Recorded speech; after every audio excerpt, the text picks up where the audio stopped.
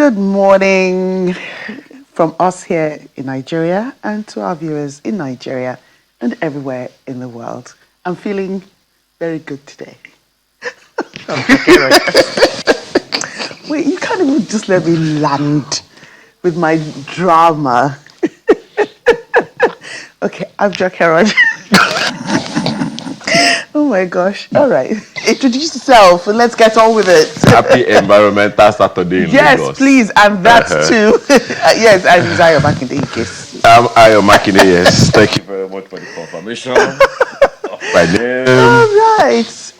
27 years of democracy. Yes. 27 straight, unbroken, uncooled years. This is by far, let's just hope that this is it. Yeah. 1959 to like 1966. How many years?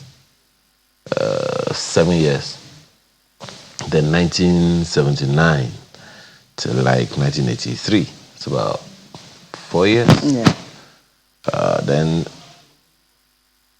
what year was the Third Republic? I never We counting. Who's counting? never really took We off. have, you know, this. So it will look like we've done well for ourselves as a people. We've started well. We are cruising. As far as democracy is concerned, the only thing now is one major issue now is that of participation. How we are able to scale it up. Yeah. You know, whatever it is that we're doing. Nigeria's fourth republic at 20. Well, that's one of the first things that we're going to be talking about. But before then, let's just, get that out of the way. The president put out a statement yesterday and was also understanding, okay, this is how far we've been, this is the challenge and all of that we've been facing. The question then is, what really are the people taking away from it? I have not, stopped wondering how we engage the younger generation. They were much younger when the First Republic started, and now they're older and they're still very relevant, which is a good thing. So the question then is, how do we ensure that the next generation, the younger generation, get in and are comfortable? I think that's one of the things that's bothering me. And you wanted to talk about and incidentally, we had a youth-centered program yesterday, May 29th special, speaking about the youths. The Minister for Youth Development was also here. Several people came, analysts, the people from the government side. They were here. Minister of Education also, Minister of State for Education also was part of the discussion. And, we had a room full of young people. Yeah. And, it was a very robust discussion on how youths can do more, to participate in not just governance, but, the economy of the nation. I think there's something there's an understanding we need to give to people. I was in a conversation yesterday with a fairly younger fellow, and part of the conversation was going like, the entrance bar has been raised so high that young people, that politics is very expensive, it's very costly. Young people can't get in. If you want to get in, and I said, I think that's where we make the mistake. We assume that the only reason you get into politics is because you want to seek elective posts. I said, no.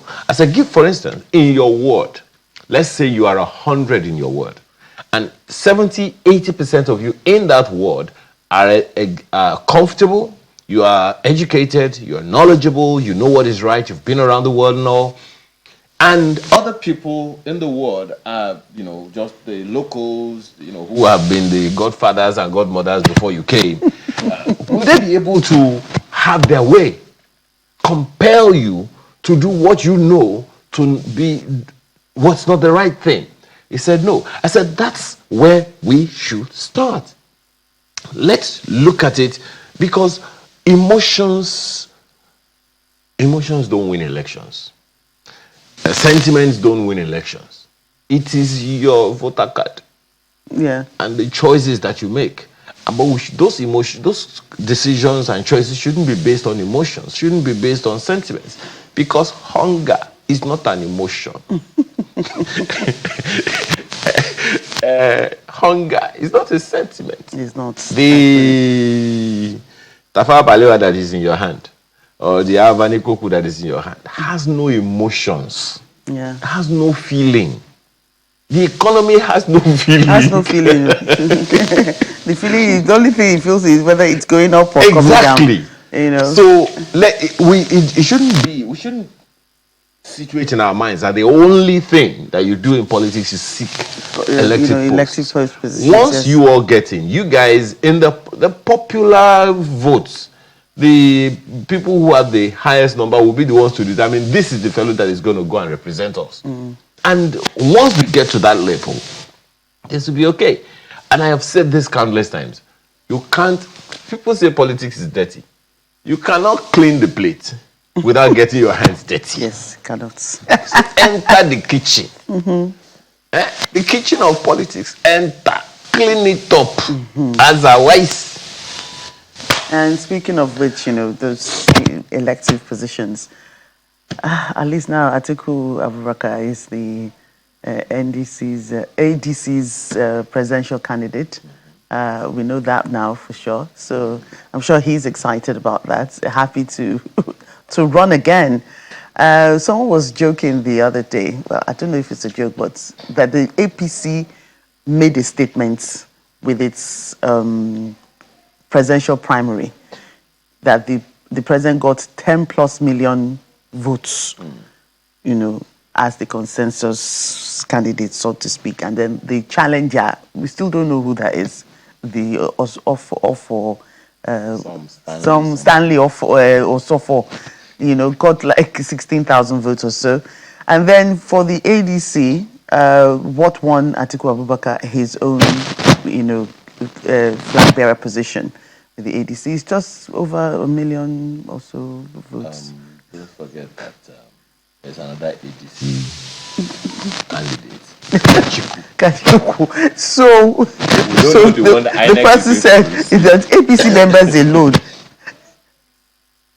the APC members alone, the people that voted, for the president, 10 million to 1 million, that alone is a booster that the APC wanted to make a statement. I said, okay, let's see how it goes.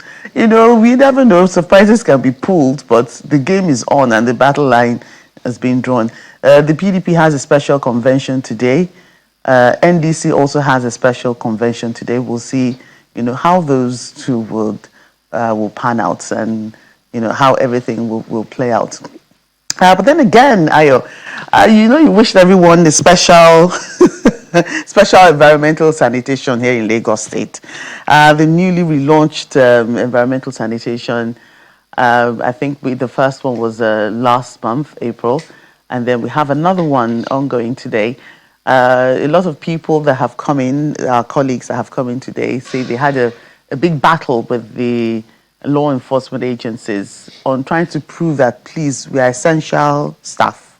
We're trying to get to work. But I thought there was no barrier to movement. Well, she said Loma people blocked the road in her area near the airport or so. So it's all area. They blocked the roads. I guess the commissioner has a lot to do, because I thought, yeah, it's true. They said there was no going to restrict people. You can move, but no restriction of movement. Exactly. Except at the markets, I think. There are some, well, not a restriction, it's just that the markets won't open. So if the market won't open, there is no business. You have no business in the market until the market is open. Yeah, it's true. It's true. So I guess that is, but then, when instructions go out, there are always those overzealous people who will say, no, this is what he said. No, this is not what he said, and all of that. Right. Maybe they have not left the relics of... And then, we're talking about security. Let's move from politics. There was a massive protest in Ibadan yesterday because of this Ogbomoso kidnap of teachers and students. The people are demanding that something should be done. That before we just used to hear of these things, in the north and some other, where we call far-flung, but it's no longer far-flung. What I'm expecting, Yeah. right, is that something decisive is going to happen. I don't know what it is, but something decisive is going to happen, because it'll get to a time some people are just going to say enough of this nonsense. Yeah. Now, I grew up, I schooled in Oyo State for 5 straight years. And I also lived in Oyo State for about 2 years after my secondary education. So I know that it's a very, very peaceful state. Generally, from my experience, Southwesterners don't go out of their way to cause trouble. Mm-hmm.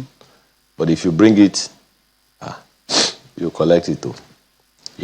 So this thing that is happening, and then there is also that labeling of Fulani, this, Fulani, that. Yeah. As I said, I grew up in my hometown, where the herders, they were a staple on the streets.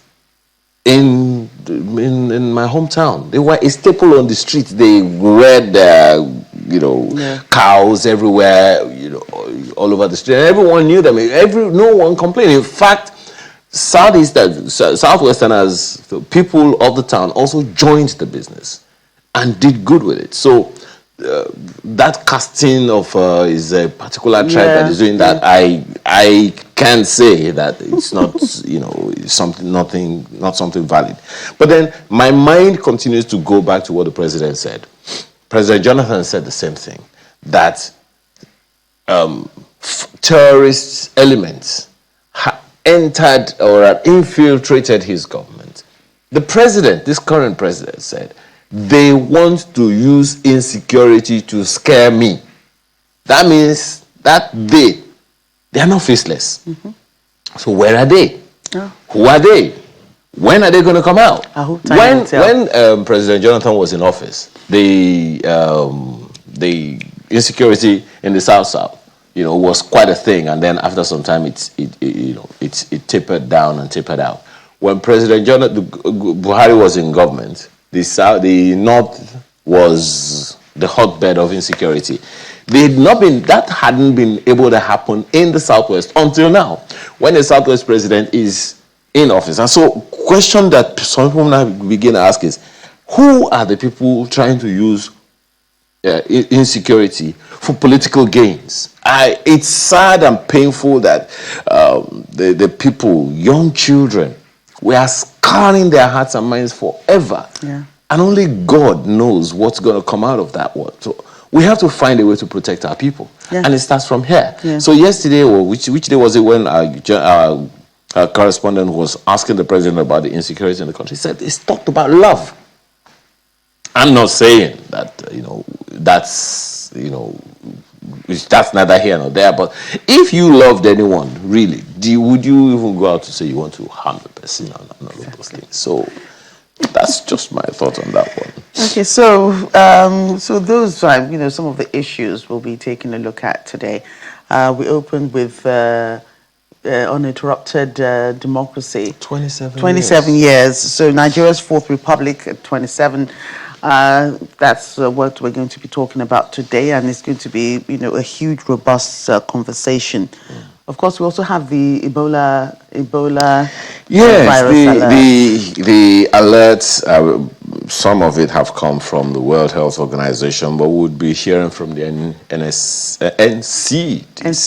This morning. Yes, certainly. And then Nigerian workers' productivity versus remuneration. Is it commensurate? The people want more. They always ask for more because of the economic realities, really. And it's not out of place that they do. Who won't ask for more? Even children are asking for more. Exactly. And that's why Children's Day is the focus of our lifestyle segment this morning. Inclusive nutrition. You want to find out what that is? Stick around. And then we have our artist of the week. So who you will find out about, whether it's a he, a she, or a him. when we return. In the meantime, grab your cup of cocoa or cocoa, but this is a cup of cocoa this morning. He didn't bring my cup. It's the one. We pray for Nigeria. Certainly. There's that prayer is, O God of creation. Okay, that's the second stanza of the old national anthem. Yeah. Anyway, let's move forward. I think that prayer has also been working for Nigeria. Yeah, it has actually. Which prayer works whichever way, old or new, as long as you have faith. Yeah. And, you believe. Absolutely. So we have experienced as a nation our longest uninterrupted period of democratic rule since independence for the past 27 years. Elections have been held, governments have changed, civilian institutions have remained in place. Yet, alongside this continuity, a set of persistent questions arise. To what extent has this democratic journey translated into visible improvements in governance and daily life? Why does the relationship between citizens and the state feel fragile after nearly 3 decades of elections?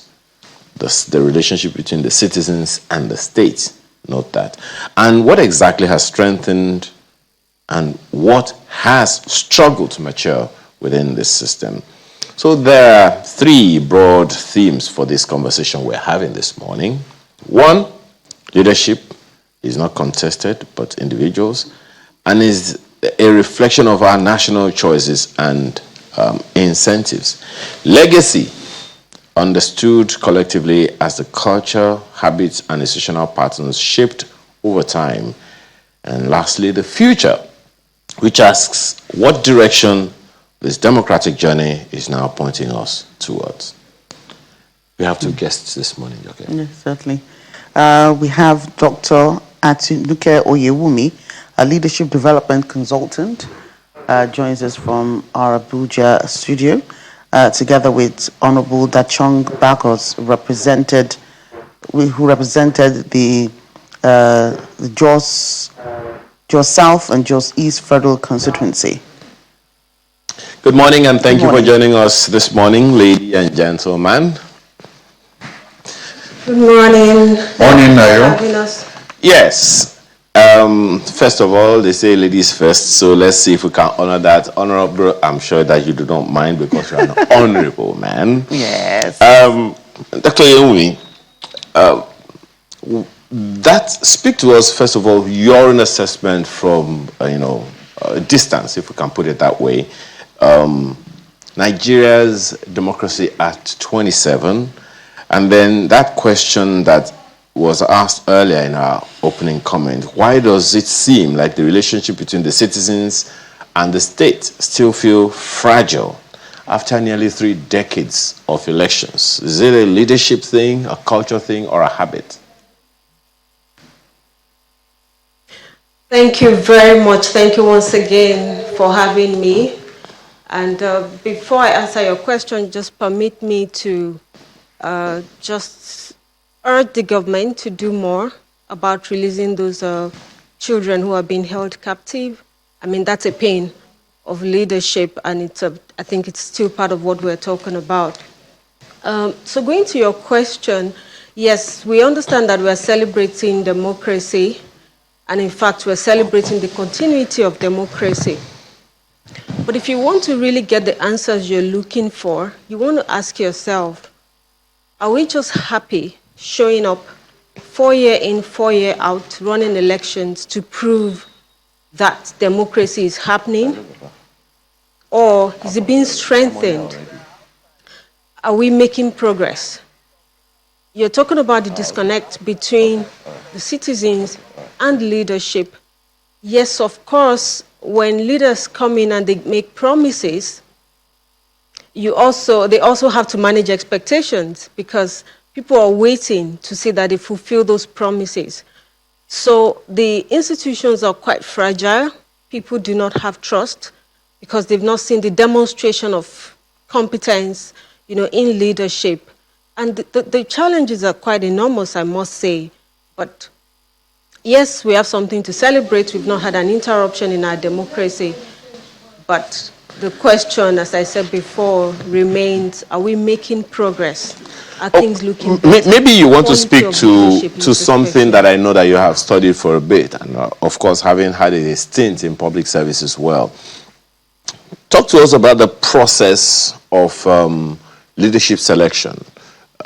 Honorable will talk about his experience, but talk to us about the infrastructure, the soft infrastructure we have for the leadership selection process before we now recruit them eventually. There are those who say, of course, I always say that political parties are recruitment agencies. But then there is an organization that is that is responsible for all the processes and all of that, which is in INEC. But the selection process begins with the political parties.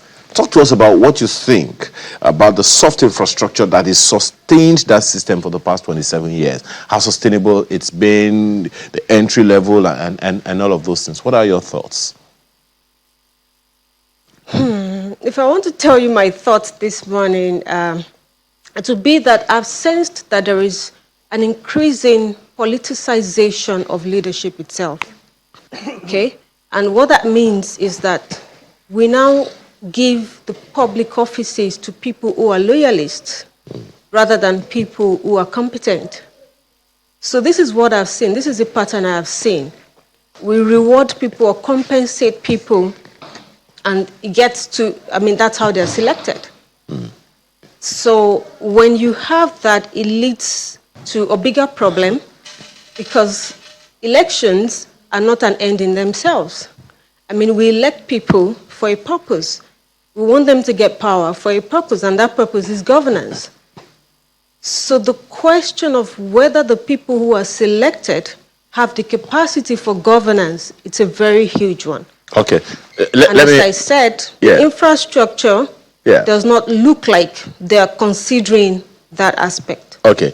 Honorable Bagos, from experience, not just from the books now, from experience, what are your thoughts on that position of Dr. Yomi?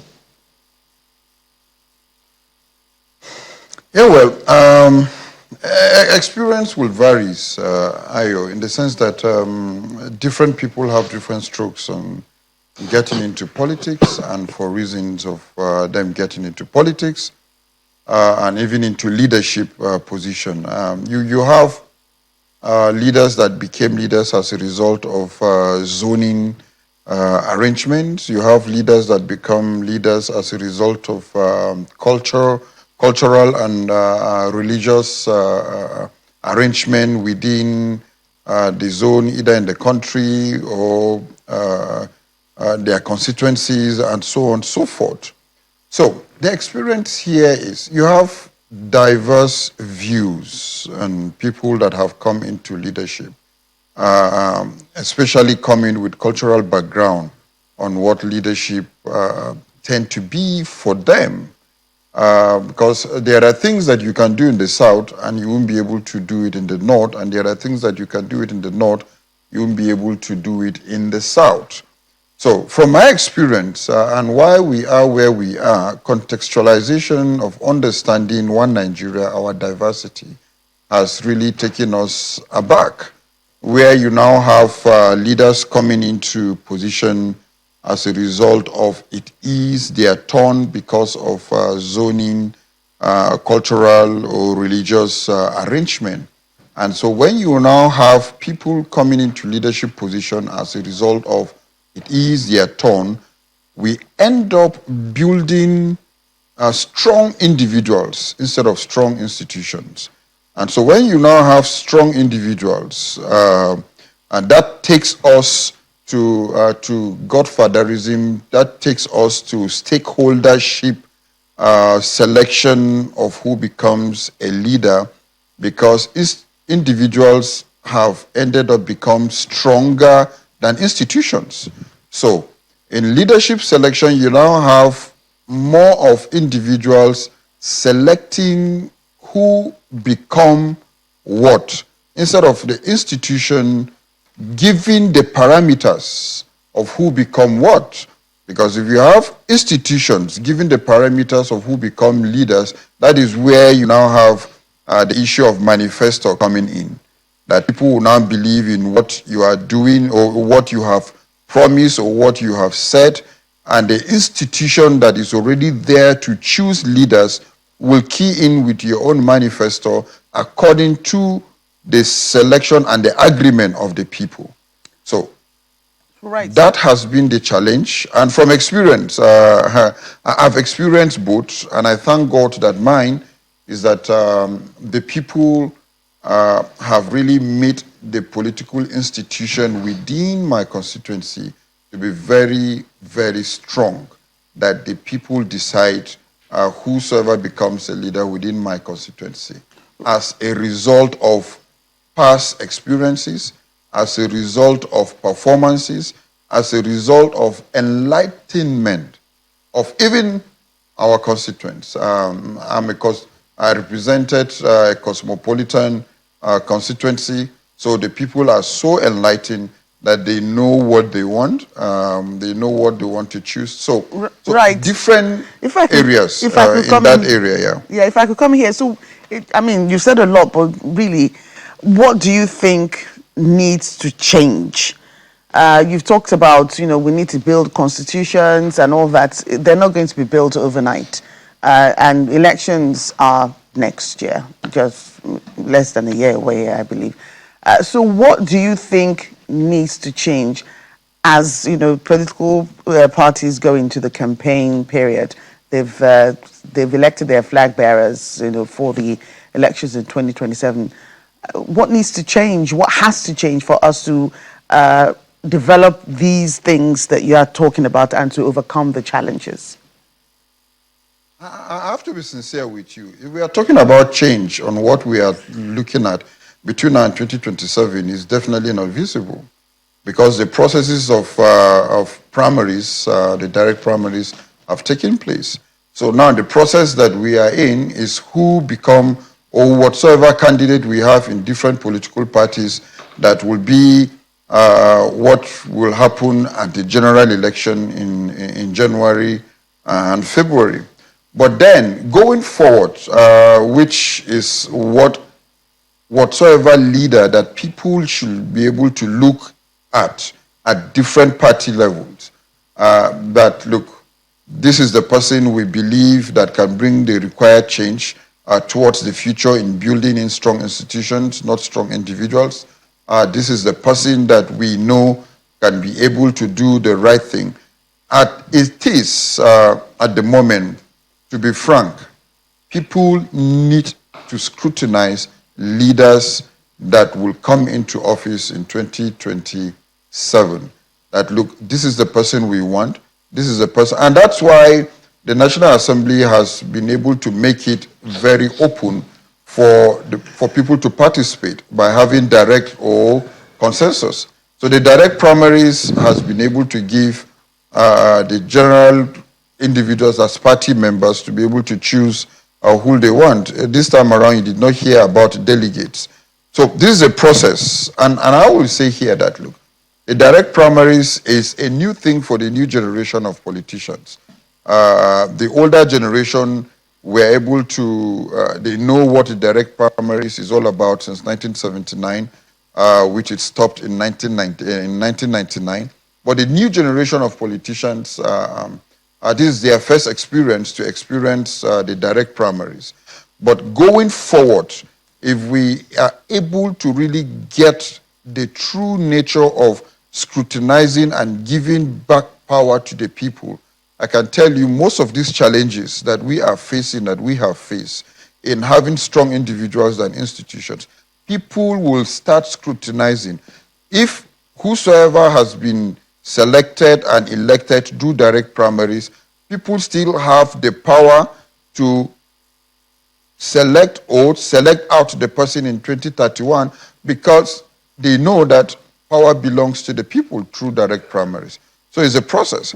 But if we are talking about to change everything overnight towards 2027, I can tell you we will have to do with what we already have, but people just need to shine their eyes among the leaders that they have now. If you can hear me, Honorable, I think the question Joke was trying to, prick at is,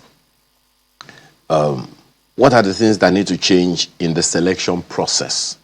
Dr. Yenwumi talked about the fact that sometimes the people that are selected by the political party they are selected because of their loyalty, not necessarily because of because of their qualification. And I'm not talking about book qualification, but because they have the capacity to do whatever it is.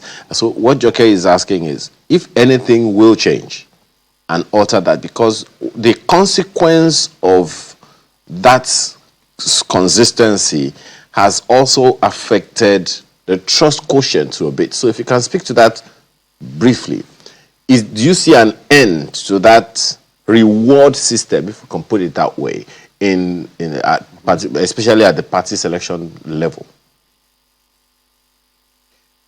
Yeah, well, an end to the reward system. One thing you can't take away from politics and politicians across board is loyalty. That you can't shy away from that. But the loyalty is that who are we compensating as part of loyalists within the political party system? Who are we bringing in? Is the person loyal to an individual, or is the person loyal to the people?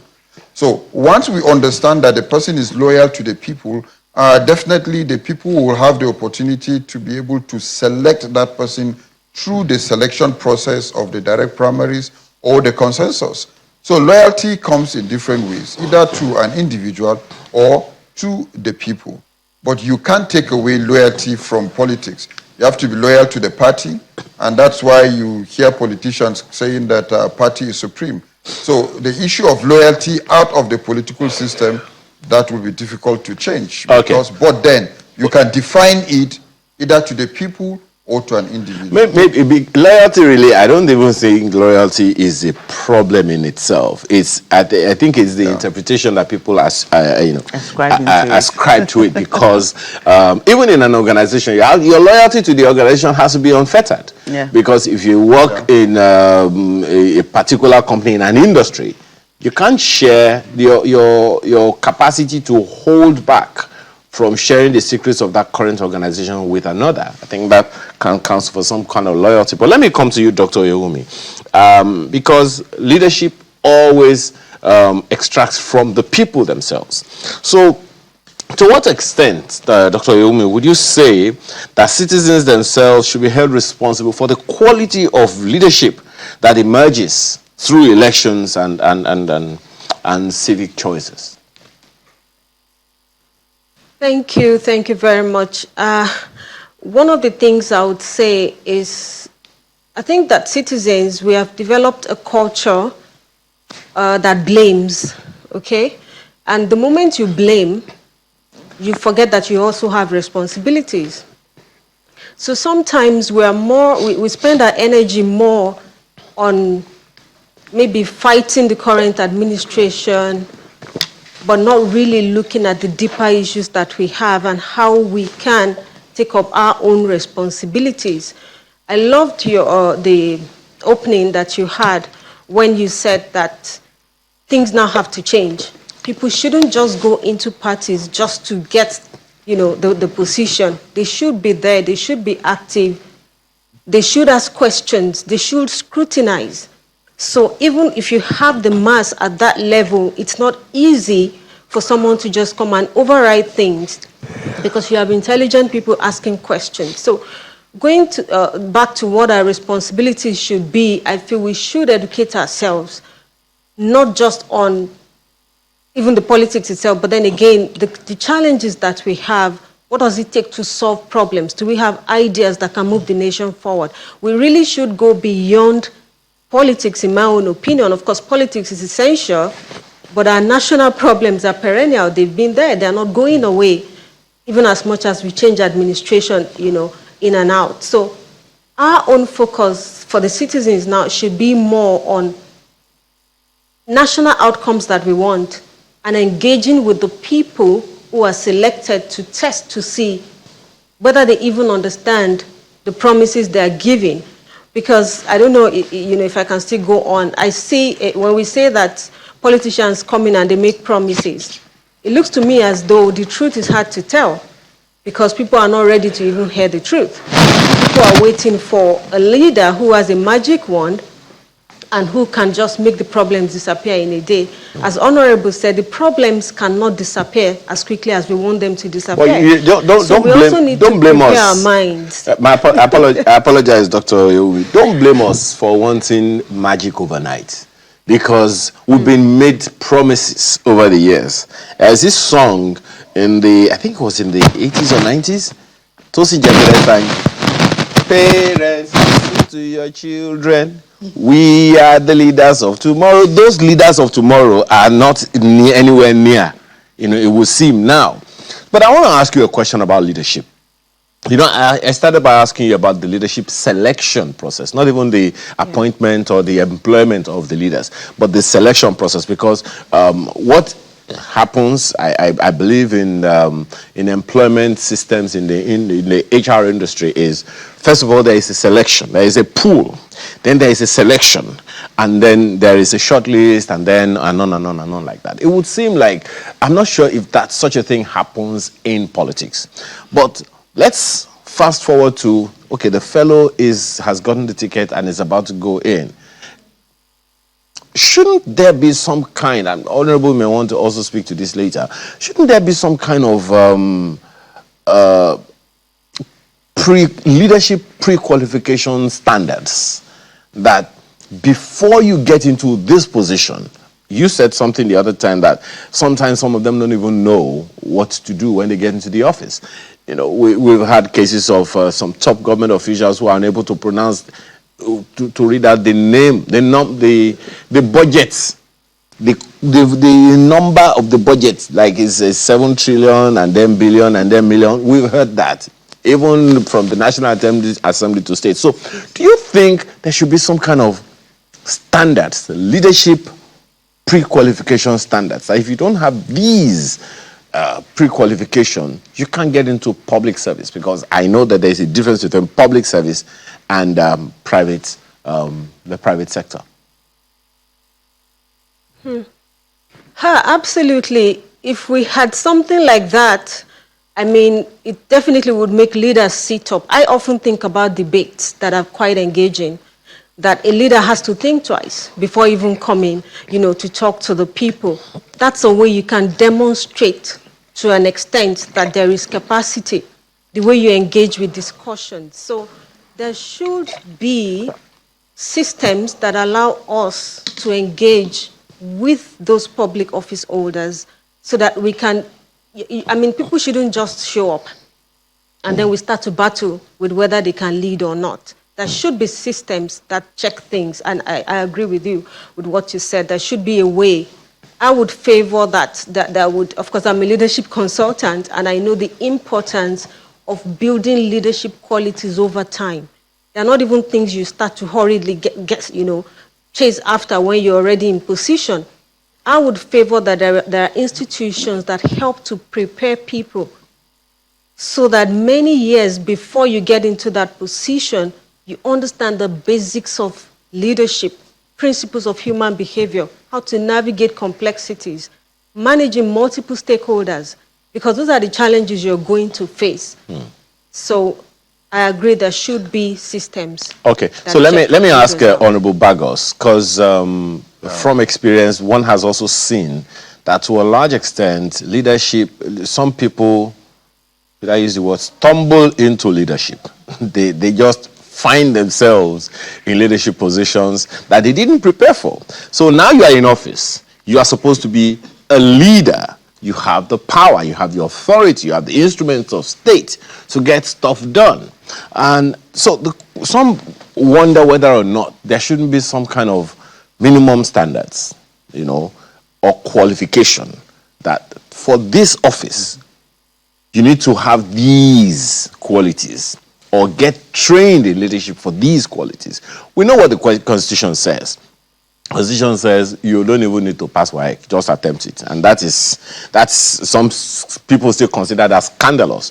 But the leadership is quite a lot. I don't know what you think about that from experience. What have you seen? What are the things that you've seen? And what are the things that you think need to change? Because one is wondering, how come we've been able to sustain 27 years with this system that we have right now? It's a very complex situation and very complex question. That you will have leaders that have become leaders of repute today that have never gone to any classroom, but because of wisdom, because of cultural and religious belief, they are where they are today. And you have leaders today that have become professors, that are professors, and you can see them perform exceptionally from someone with even WAEC. And you have people with WAEC that with SSC that couldn't do anything, and you have people with SSC that are still performing. But again, in recruiting the shelf, the good out of all this, you have a professor that if you see him somewhere today, you see, is this truly a professor or a PhD holder? But in screening all this and coming down to political parties, that is why most of the political parties are supposed to have a training institute, a recruiting system where you, as a politician, you're supposed to go through that training institute for you to be able to understand the ideology of the political party, its manifesto, and knowing what it stands for, and your own leadership drive. And I'll give an example. This morning as I was driving in here, I have to miss my way because I now discovered that the road has changed. Here you have a minister who is performing, but again, to some people politically in his own state, they are not entangled or they are not in line with his own ideology. But here, as a minister of state, as a minister of FCT, you can see the performance. So defining and understanding his leadership style and understanding his assignment as minister of FCT, it's now what leaders need to understand that, look, what is your assignment as a leader, be it in National Assembly or holding an executive position. So that's why you now, with this song that if you're a manager, manage well, or if you're this, you do it well. People usually just want to be called either a honorable or a senator without understanding the true nature of what the job holds entirely. So that's where we usually have the problem, that look, the leadership screening, the leadership understand. So going forward to your own leadership role is what usually brings the problem. But the political parties have a bigger responsibility, that whosoever that has bought a form to contest, one of the criteria should be such a person should have gone through either of the leadership institute. Like the PDP has the Democratic Institute, the APC have its own Progressive Institute, and all. So those institutes supposed to be one of the pruning process of leaders. By so doing, you'll be able to know that this leader has gone through and we believe that he can perform. Right. But when you just pick someone during election, you give a waiver and you don't understand the person very well, and he becomes a leader, and after 4 years, you are willing and ready to change. And let me take you to the aspect of the patience of what we need to talk about in change. You see, one thing with Nigerians is that every process, we believe that it should be able to produce results within 4 years. Now that we have had issues, and again, the positive side of the direct primaries, before 2031, people will be clamoring to change that direct primaries. If another method comes in 2031, people will be clamoring to change. But we have, within 27 years, we have not had a system of screening of leaders that have stayed all through, we only improve or amend for us to be able to build that process to give us the necessary requirement to say, look, we have now understood this process, so now it can work after 27 years. Right. We have 27 years of democracy, but at the same time, within that 27 years of democracy, we have had break in policies that we did not take some certain laws or policies to build it to be 15 or 20 years. So 27 years, but in between 27 years, you have four years of break-in of new policies that has not worked and has not produced results. Right, Dr. Adewumi, if I can come in here, you know, you even mentioned at the beginning that you just love the way we talked about if the youth are going to participate. It's not just about seeking elective positions, but just by being present and being bothered and, you know, wanting to know what's going on and how, you know, they can contribute or be a part of it. But do you think the youths, you know, of today are ready? Are they learning the right lessons? What do you think that, you know, needs to change for youth to be fully to participate fully, and, you know, the things that they need to change when they actually get into, you know, these circles to make a change in the country? Yes, we have a lot of work to do. I mean, when you look at young people, you see a lot of distraction. They're so distracted.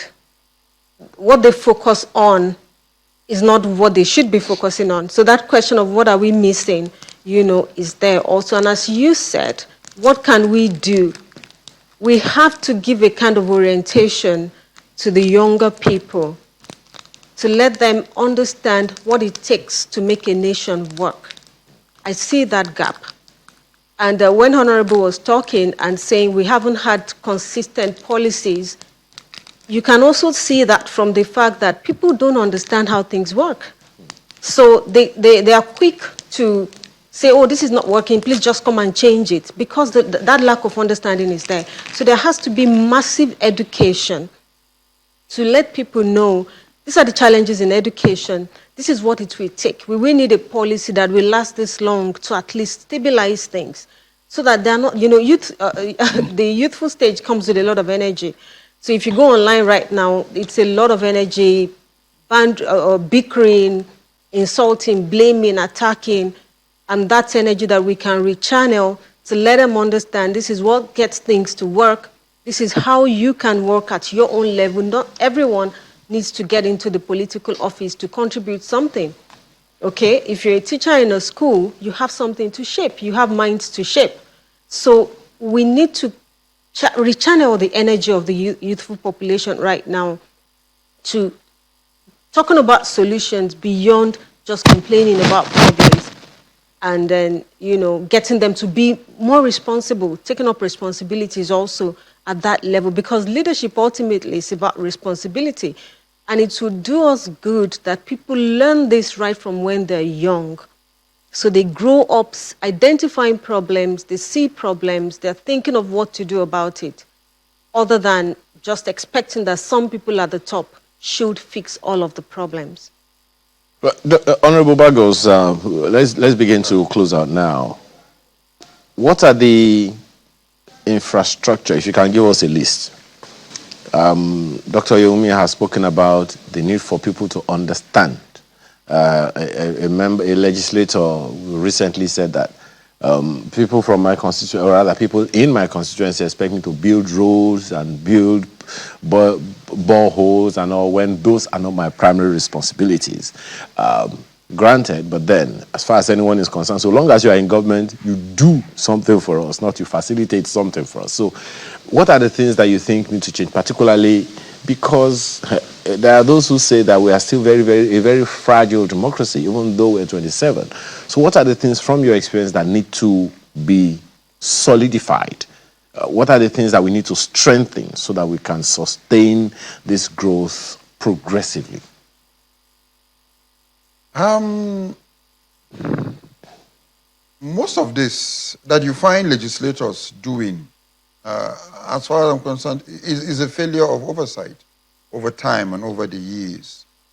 That because Ministry of Water Resources or Ministry of Works or either of the Ministry of Housing or any of the ministries or government agencies that is responsible to have provide project ABC for the constituents did not, and that's why you now see legislators going over and beyond their own legitimate responsibilities to do what they need to do in terms of borehole, in terms of doing roads, and so on and so forth. And I must be sincere that in 27 years of democracy, this shouldn't even be an issue of national discourse, that we're still talking about borehole, that we're still talking about empowering our constituents with motorbikes, still talking about empowering our constituents with wheelbarrow or things to go and do small scale. In 21st century, 27 years of democracy, if we had had consistency, we could have gone beyond that. There are countries, when you look at 27 years with Nigeria, because of consistency, they have been able to come out of underdeveloped country to developing country. And if we are not careful, we don't match up to the national and global challenge, they will be out of developing country and still leaving us where we are. Since 1960, we have been having promises from politicians, a good road, water, and health. This has remained the same promise, but different approach. So the approach to some of these issues has become an issue that has made our institutions to be very, very weak. You will see a politician, because he is a minister of power, he will now take a power plan to a place that there is no road, that you can't know even industries and anything. He just wants his constituents or his people that are below 500 or 1 million or 2 million, so that just to praise him as an individual, not the institution that he's representing as an entity of Nigeria. So unless we start prioritizing and looking at what is NIPS saying in terms of research, that look, this is what Nigeria needs to go on. We need to start prioritizing that what is this, where have we been able I think to one of the questions, into a mining site. Yeah, one of the things that the things you're saying are leading to is the question a good number of Nigerians have been asking: what's the national vision? Because if we all know that this is a national vision, all plugins will be directed in that direction. Let's hope that sooner or later, since you are in the system, you'll be able to find some kind of influence in that region. Thank you so much for your time this morning. Honorable Dachong Bagos represented the Just South, Just East federal constituency. I understand that you are still going back to the House. Congratulations. By the grace of God. Yeah, we hope you win. And then Dr. Atinuke Oyewumi is a leadership development consultant. Thank you so much for your time, and we wish you all the best. Thank you so much. Thank you, Ayo. And to the younger generation, this is the time that they need to rise up. Okay. Well, we youths, we have listened to you. We young people, we have listened to you. But thank you so much. So that's a review of Nigeria at 27. Nigeria's fourth republic at 27, on one hand. But there are a number of things we have battled over time. Yeah. Some 13 years ago, we battled something in Lagos called Ebola. And the World Health Organization has started talking about it again. What's the update? That's what's coming next after this break. Stay with us. For you, my friend, I know that Fear not. Fear not. This Ebola, it's for someone like me, it's personal. History. I remember that, Just to be clear, you did not have Ebola. I did not have Ebola, okay. But I thank God. it was a hospital, first consultant medical center. It was the hospital, I was using at that time that Ebola came in 2014. Yeah. Interestingly, I went to the US for leadership training, media leadership training. And by the time I was coming back to Nigeria, we were hearing of Ebola. And when it was the epicenter, that hospital, that was my hospital. And, it was very jolting for me because I was scared. I had to, message the medical director then, Dr. Harry, say, what's going on, doc?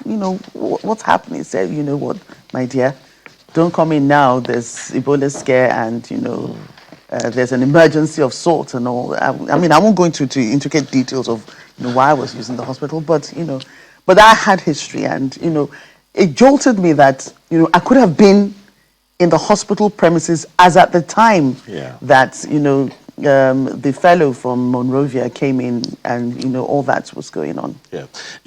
We have to, I think it's only fair to remember and appreciate the sacrifices of Dr. Adadevo. Yes, Dr. Stella Adadevo, yeah.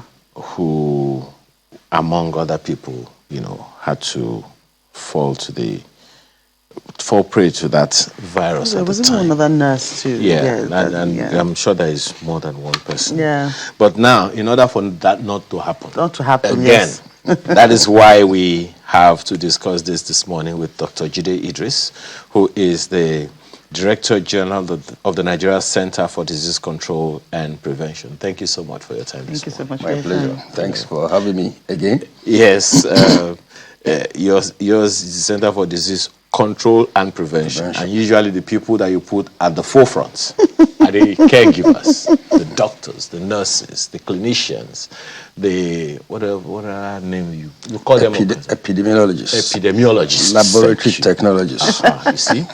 All those names that are like... Communication experts. So,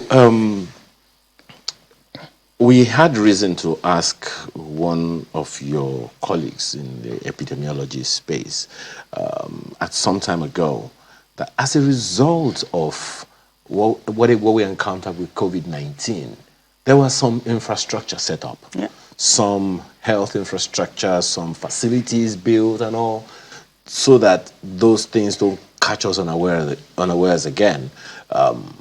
In fact, the health minister of the day, if I recall correctly, said he didn't know that our health infrastructure was so dilapidated, so down at the time.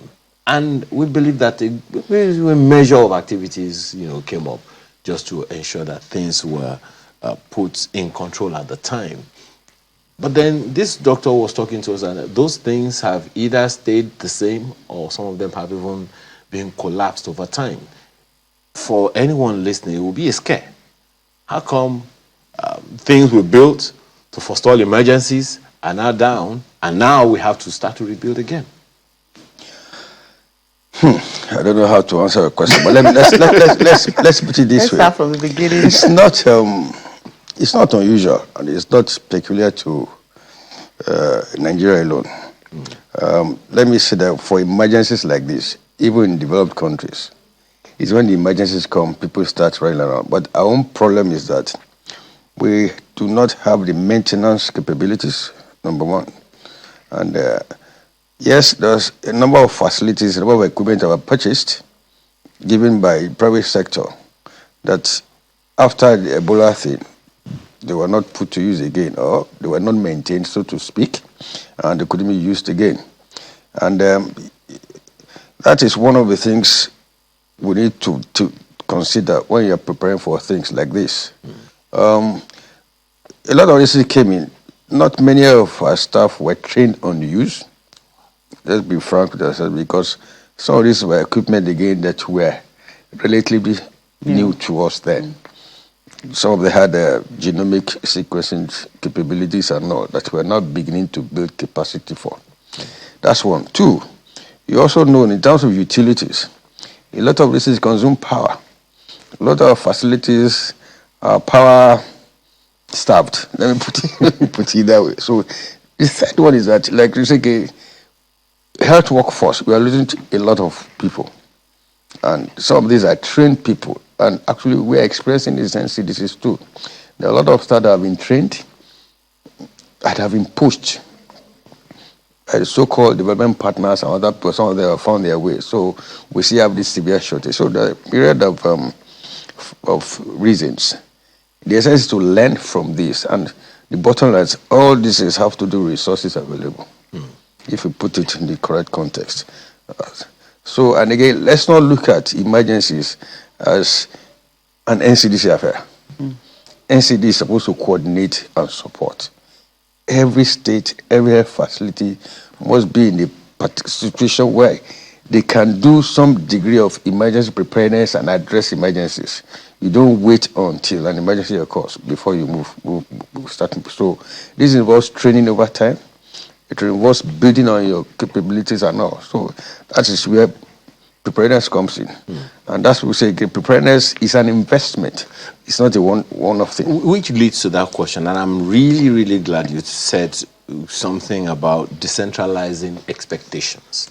You know, to a large extent, whenever anything happens in our country, even if the drainage in the front of my house collapsed, is Tinubu that did it. As far as anybody is concerned, it's the federal government. It's the job of the federal government. So that is there, you know. But it also goes to show that understanding is not there even in this sector that you're talking about. So in terms of this preparedness, where do we put states? The federal government, I always say this, has citizens, the indigenes, belong to the state governments.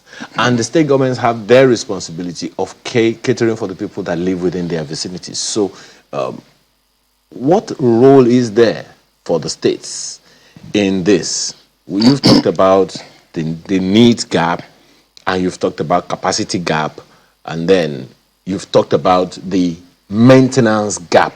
So where do we place the states here? The states, though, I mean, their situation is even worse than the federal. Let's be frank with ourselves. And look, I've always said it again. Health is everybody's business. The federal government, state government, the people themselves. We all have a role to play. Federal government, yes, takes the lead. Whatever you call governance, leadership, and all. These are key things because if you do not have the structures in place, there's chaos. Yes, over time, with Ebola, with COVID, federal government has built capacity, still building capacity. Now we realize that you can't do much if the state's capacity are not built, and that's why the focus is sub-national capacity building. Because it's not the first case might, God forbid, the first case might be seen in one state. If that state is not even prepared, or they don't even know the basis of what to do, they were in trouble. You have to wait for NCDC or somebody from somewhere to start traveling there. So that's why it's essential for capacity to be built across the country at different levels of care. Yes, there are different capabilities required, different competencies required. So we need to start building those competencies. Unfortunately, with the express, look, this is Ebola, it doesn't come, we pray it doesn't come, but we're not prepared. But we have experiences past COVID, past Ebola. Now, with about 7 outbreaks in this country, Lassa fever, meningitis, cholera, measles, mpox, they're all there. And they all require basically the same infrastructure. It's just like differences depending on the disease you're dealing with. You just adjust, amend your processes and procedures. And these are the things now we want those capacities to be built at the very state level. Take, for instance, in preparing for this now, we said, look, assess the readiness of each state. Because that's the only way you can know now which state is ready, which state is not ready. It guides us to what capacity to build, what to do for each state. Lagos State is relatively okay because they've had the experience. We have 4 international airports now. Lagos, Abuja, or 5. Lagos, Abuja, Kano, Port Harcourt, and Enugu. Yeah? Any flight, anybody coming through those cities. So it's essential that those states too must be prepared. to not only Lagos State now. So Abuja must be ready, Enugu must be ready, Kano must be ready, Port Harcourt must be ready. So the link is with the commissioners of health in the state saying, what facilities do you have? What facilities can we use? And these are basic things. And in this kind of thing, the easiest thing is... Sorry, Dr. Idris. You talked about a survey of states' readiness. Has that been done? It's ongoing. Okay. Some have been completed, some ongoing. They're just collating now, so that we know for sure now. We sent out an advisory to all commissioners of health, stating what they should get ready to prepare. Now we're sending people out now to assess this readiness and see now where the gaps are at the sub-national level. It's not as if we don't have gaps at the national level too. Let's be frank with ourselves. But again, it's a continuous effort. Okay. So, and those gaps again, in terms of infrastructure, in terms of human resource we have, in terms of infection prevention and control capabilities, in terms of case management, because these are experiences we had from Lassa fever, and it's still available. Okay. We pray it doesn't come, just as you have said. Even. But we need to be prepared. Okay. And I know that from feelers I'm getting here and there, the emergency preparedness is already underway in, all across, You talked about the people, that health is everybody's business.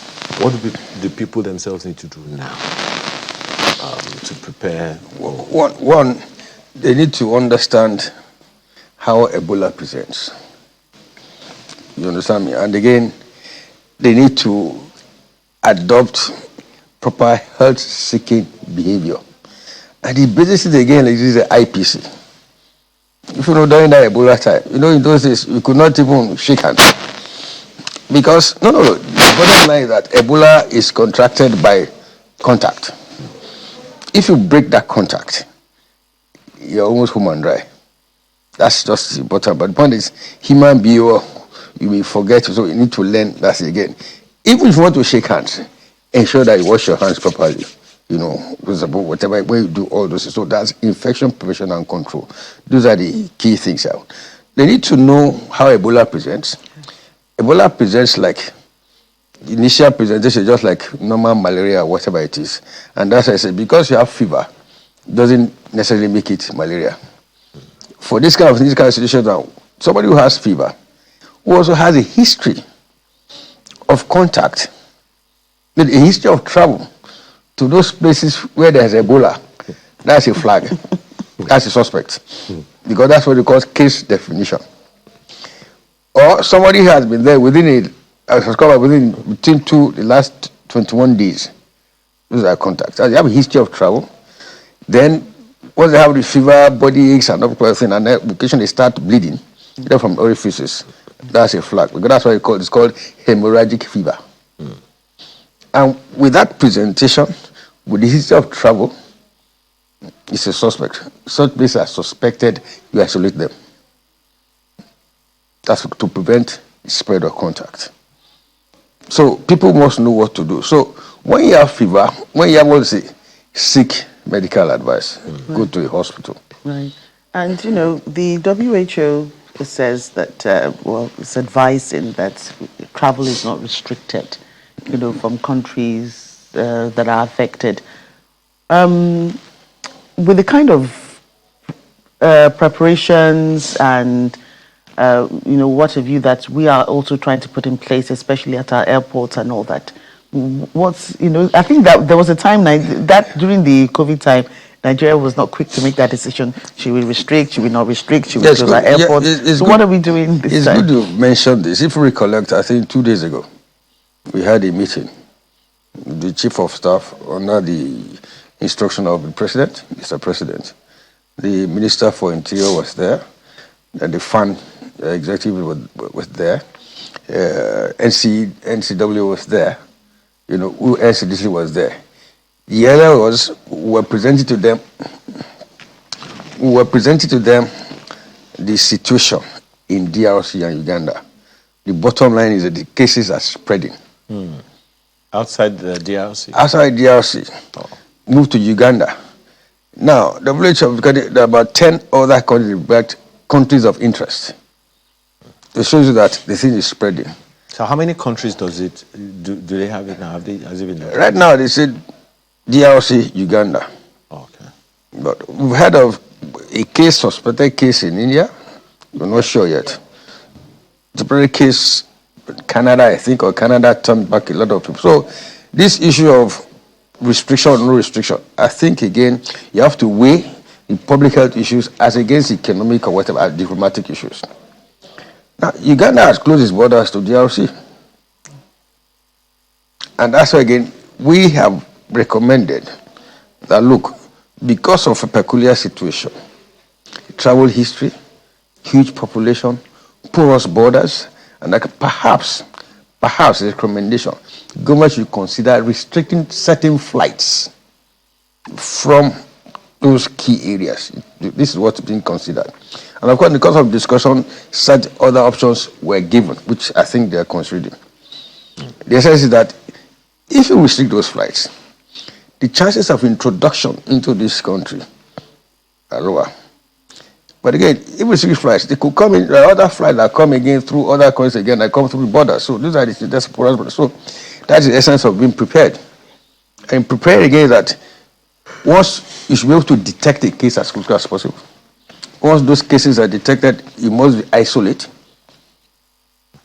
and trace contacts. That's the only way, that's the bottom line. And get our healthcare givers ready.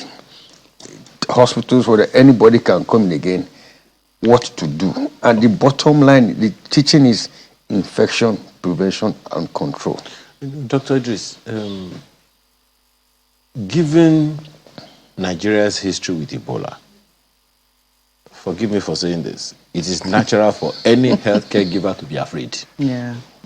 And there's usually that fear that they have to take care of themselves because they're not sure that the state is going to take care of them or protect them or whatever. So what's the provision for healthcare givers? One is knowledge-based, training on infection, prevention, and control. Yeah. What to do, especially with Ebola. Take, for instance, the PPE that you require for Ebola is slightly different from the PPE you have with other things. Different. Because it's a matter of contact. There are some airborne. And contact, once this thing touches your skin, the chances that you get it. So you present it. And again, there are different categories of these PPEs. And that's why, again, now, it's always essential to stockpile. This is where resources, it's why should you buy something and keep in anticipation of something? But see, these are the things here. If you stockpile for too long, they may expire. Yeah. So you have to weigh the two. For Ebola, people got scared because a lot of people died. I mean, some people died. People don't like it, but for Lassa fever, what concerned about this last one, went to Benue State. He had healthcare workers infection. And that was alarming. And we needed to find out why. And we saw all sorts of things.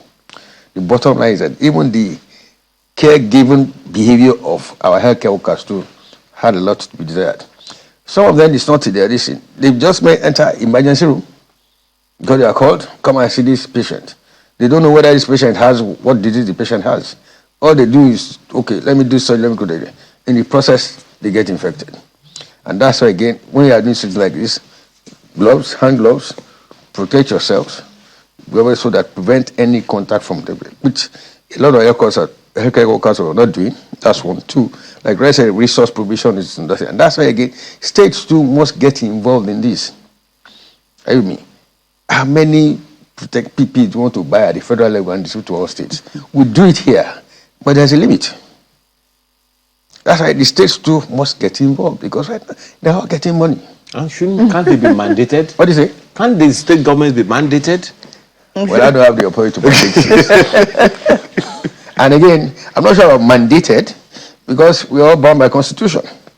The states are authorities on their own. I hope you know. So that's why, again, with enlightenment, with discussion, again, you cannot break down those barriers. It's difficult, but we have to do it. Yeah. So the issue of, contact tracing, during Ebola first and then COVID, it seemed like a Herculean task. Maybe because of, the way our properties are built in Nigeria, the way people live, you may not be able to trace people. Addresses are difficult to trace. Do you think it could be any easier now with experience of, the previous Then it was experience? tough. Yeah. But again, as we're doing it over the year, people got used to it. No, initially it was difficult telling a health workers to go to Paraga, go and contact trace, or to go and convey a suspected case. I mean, there was the ambulance service in Lagos then. I called the ambulance driver. I said they were always running away. You have to tell them, look, it's very easy. Gown yourself. If you want to double gown, all you need to do is open the door. I'm sure when they get to those areas and they see them seated up, they don't run away. No, that's what, but after they got used to it. Yeah. Like Ray said again, you enter an area, we see people who dead up, everybody will run. Run. So it's constant enlightenment and engagement that, look, this is reality here. All these are seeing pictures like people who go and go, no, it's a serious matter. And again, the other major is that people were concealing facts. I was going to say that. Yeah. Maybe because of, what do you call it again, stigma? Stigma, or yes. something. Yes. But see, if you conceal that, you're not only endangering yourself, you're endangering your family. So these are the things that public enlightenment need to control. And then there are people just carry all sorts of rumors. They said that if you eat cola nut or something like that, you're free from Ebola. Or if you drank hot water. So that's why communications is key. You see, I'm not a communications expert. You are, but again, we need to build those capacities. Okay. I guess we'll find a way around that. But there's something you had to do recently. You stated it. I'd like you to expatiate a little further on it. You recently issued a 72-hour deadline for state ministries of health to update their viral hemorrhagic fever response plans. So have you gotten any responses, any pushbacks? We've got responses from some states. Okay. How many states? We're collating. I know for IPC, we got response for 20 states. 10 states have not responded. But I need to get all of them when I get back to Abuja. Because as I think it's now, we now teach them together. Call all the commissioners, the state epidemiologists, even the healthcare workers. There are plans to get all the stakeholders involved and tell them what and what to do. But these are things we learned from people who taught us in the last Ebola. Unfortunately, you build capacity, we are losing those stuff. But so there are things we will do. But that's why preparedness takes time. The first 30 days or so, find out what is happening, what is not happening, and the other side, raise resources that you need. Okay. You have mentioned, a number of things here. There are professionals in the field as well.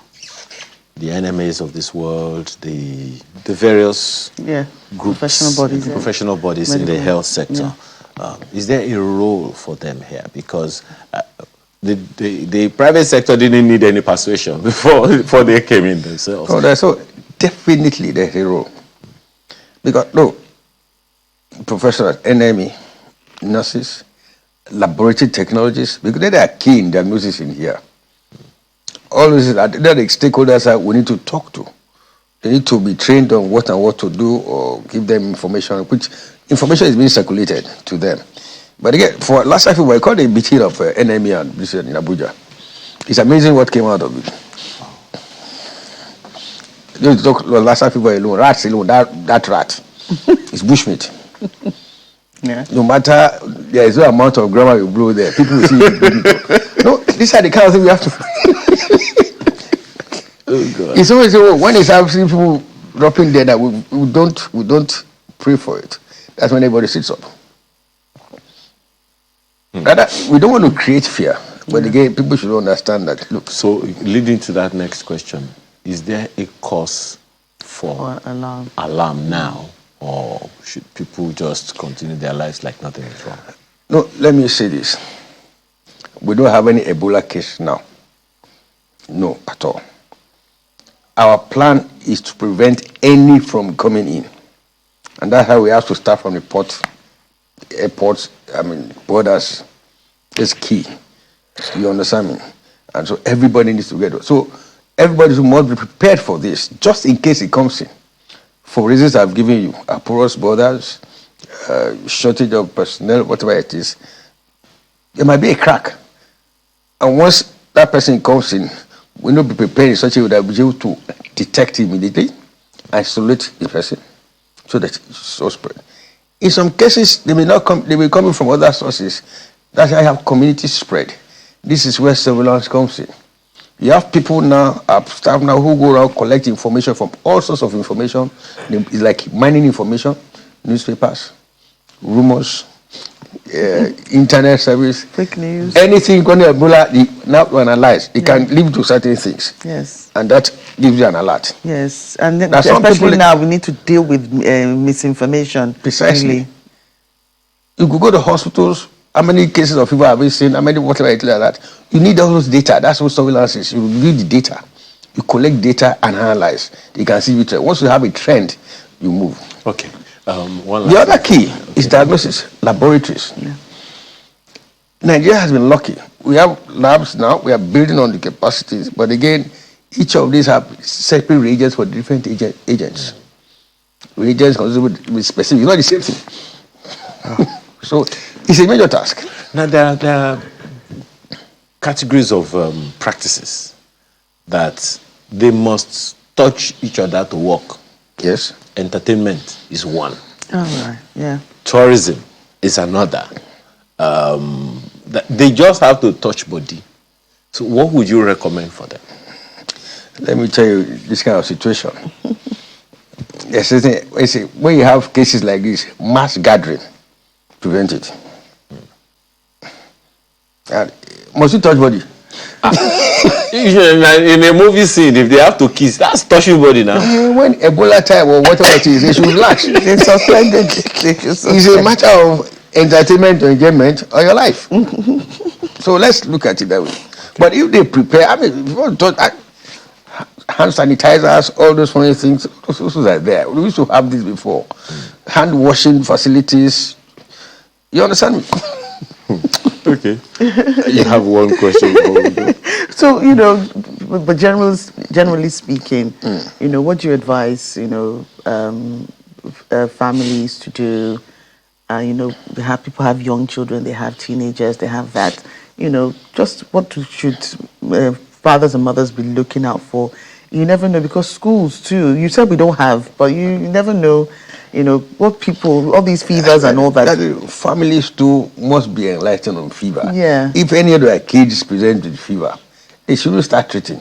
They didn't report to the nurse, because we don't know where they caught this from, where they got this from. They have got it from another school or playing ground or something. So let them see a healthcare professional.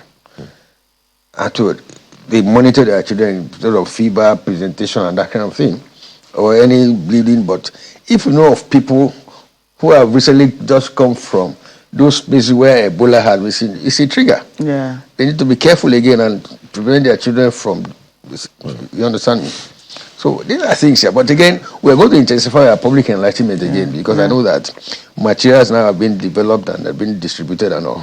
It's a very dicey one between informing people and not causing panic. Yeah. Thank you so much for your time this morning. Dr. Jide Idris is the Director General of the Nigeria Center for Disease Control and Prevention. We appreciate your time today. My pleasure. Thank you, sir. Okay, when we return, let's talk about labor. Yeah, we've talked about some classes of laborers. The nurses, doctors, healthcare practitioners as a category of people. But then there's a lot more. I will review that when we return. To stay with us. Welcome back, everyone. Of course, also during the week, we celebrated a lot. And there was the Eid festivities, we had that, and then there was the Children's Day festivities and all that. And, a lot of people got time to stay off work and rest. And we were also saying that some people, even with the Wednesday and Thursday holiday, some people will not go back to work until Monday. Well, True. Let the heavens fall. After all, how much are they paying me? Oh God. That kind of thing. But for government workers. So they're talking about Nigerian workers' productivity versus remuneration. People are constantly dissatisfied about how much they're being paid. And, there are Oliver twists. Even if they've raised their salaries now, they are always asked for more. And why is that? It's understandable because things are always going up. Petrol prices go up. The cost of food in the market goes up. The cost of transportation goes up. So people never have enough money to do whatever they want to do. School fees for those who are paying, some states say they have free education, states like Taraba and what have you. But there are other people's children, people go to private schools, they have to pay their school fees. So, all those things are there for people to think about. So the conversation, today sits on a hard reality that no one can ignore. Nigerians are facing rising living costs. Security pressures and deep frustration among working people, a point strongly raised by the Nigeria Labour Congress in its recent message, but the debate is more than that, it seems. On the one hand, Labour is demanding wage protection in a period when inflation is eroding real income, which is the things we're talking about. Yeah. On the other hand, the government is facing fiscal constraints, subsidy transitions, and security challenges that directly affect food prices and economic stability. Employers, both public and private, are caught between rising costs and weak productivity systems. So today, we're having two people talk to us about this. Amechi Asewuni, former Deputy President, Nigeria Labour Congress, and of course, Dr. Olatunji Shobodu, Leadership Development Consultant, both join us via Zoom. Welcome to the program. Thank you very much. That's just one voice. Yeah. Sorry, I tried to unmute myself. Right. Good morning. Good morning. Hello, and the call. Right. Nice meeting you. Yes, nice to hear you. So tell us this big issue about productivity versus remuneration. We've tried to capture it under economic realities, and people's salaries, seem to be never enough when you take a look at the rising cost of living. Even if employers try and they raise salaries, which I know some do, what can the Nigerian worker look forward to? And are labor's demands, are they, how would I put it? Are they candid? Let me start with you, Amechi Asoguni. Yes, I needed to understand the perspective, the area you want my focus. Yes, I said that, with this era of, the workers' productivity, workers' remuneration, how much people are putting into work and what they're demanding to be paid. What's the correlation between these two? Are labor's demands, for the Nigerian workers, are they genuine, or are we asking for too much? Okay, I understand you better now. I think one thing we understand and we should truly understand is a worker has his interests. Employers of labor also have their interests. So when workers ask for wage, they are doing so because the economy is not responding to them positively as against the current wage in their hand. And therefore, the inability of government to have put a performance-based wage in place has also affected the system generally. There are certain things from obligation-wise, it's not in the hand of the worker. It is the duty of employer to provide a workplace and every equipment needed for work. It is the duty, when I use the word employer, including public sector, which is government, to ensure that productivity, wage is measured via productivity. By so doing, naturally, increment of wage will arise without demand because we have learned through economics that increasing productivity eventually leads to increase in wage. There's no two ways about it. Any company you see prospering in supply, prospering in high production, definitely will not want to lose their experienced workers and would do everything possible to increase their wage. The problem we now have in Nigeria is you go to work, example from the public sector, because that should be the benchmark for workers' behavior. You go to work, you are available to work, employers are not willing to set targets for workers. They rather work with consultants because they want to run a deal with consultant who is a third party, leaving the workers that you have employed. No other worker has capacity other than government-owned worker because government employs the best and can pay. Take an example from the medical sector. How many hospitals keep a surgeon in their payroll?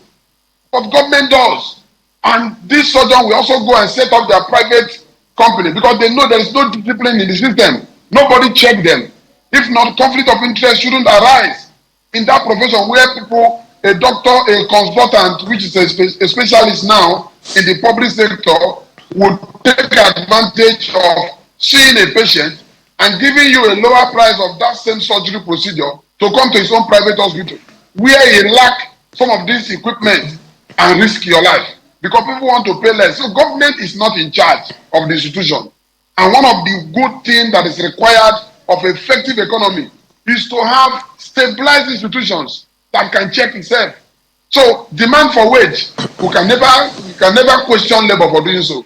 But you can question employer of labor that has failed to put instrument in place that will check wage, create a balance between wage and productivity.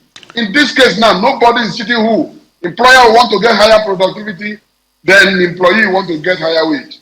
And for me, it flows in a normal economy. Right. Dr. Oshobodu, if I could come to you, do you think the current remuneration of Nigerian workers reflects their level of productivity? Well, once again, thank you for inviting me.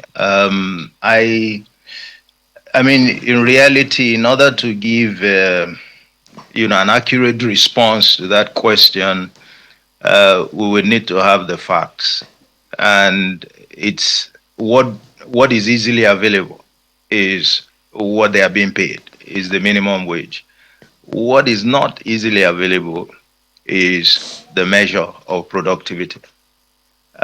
So I believe that each employer would have to assess what is the measure of productivity in order to be able to judge whether what the compensation being paid is consistent with productivity. Now, the reality is that it's trickier, when you look at government employees.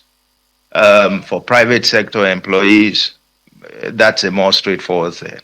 Typically, the private sector wants, to ensure that it gets value for its money, whatever it is, whether it is paying workers or whether it is buying other inputs that they require, for their business.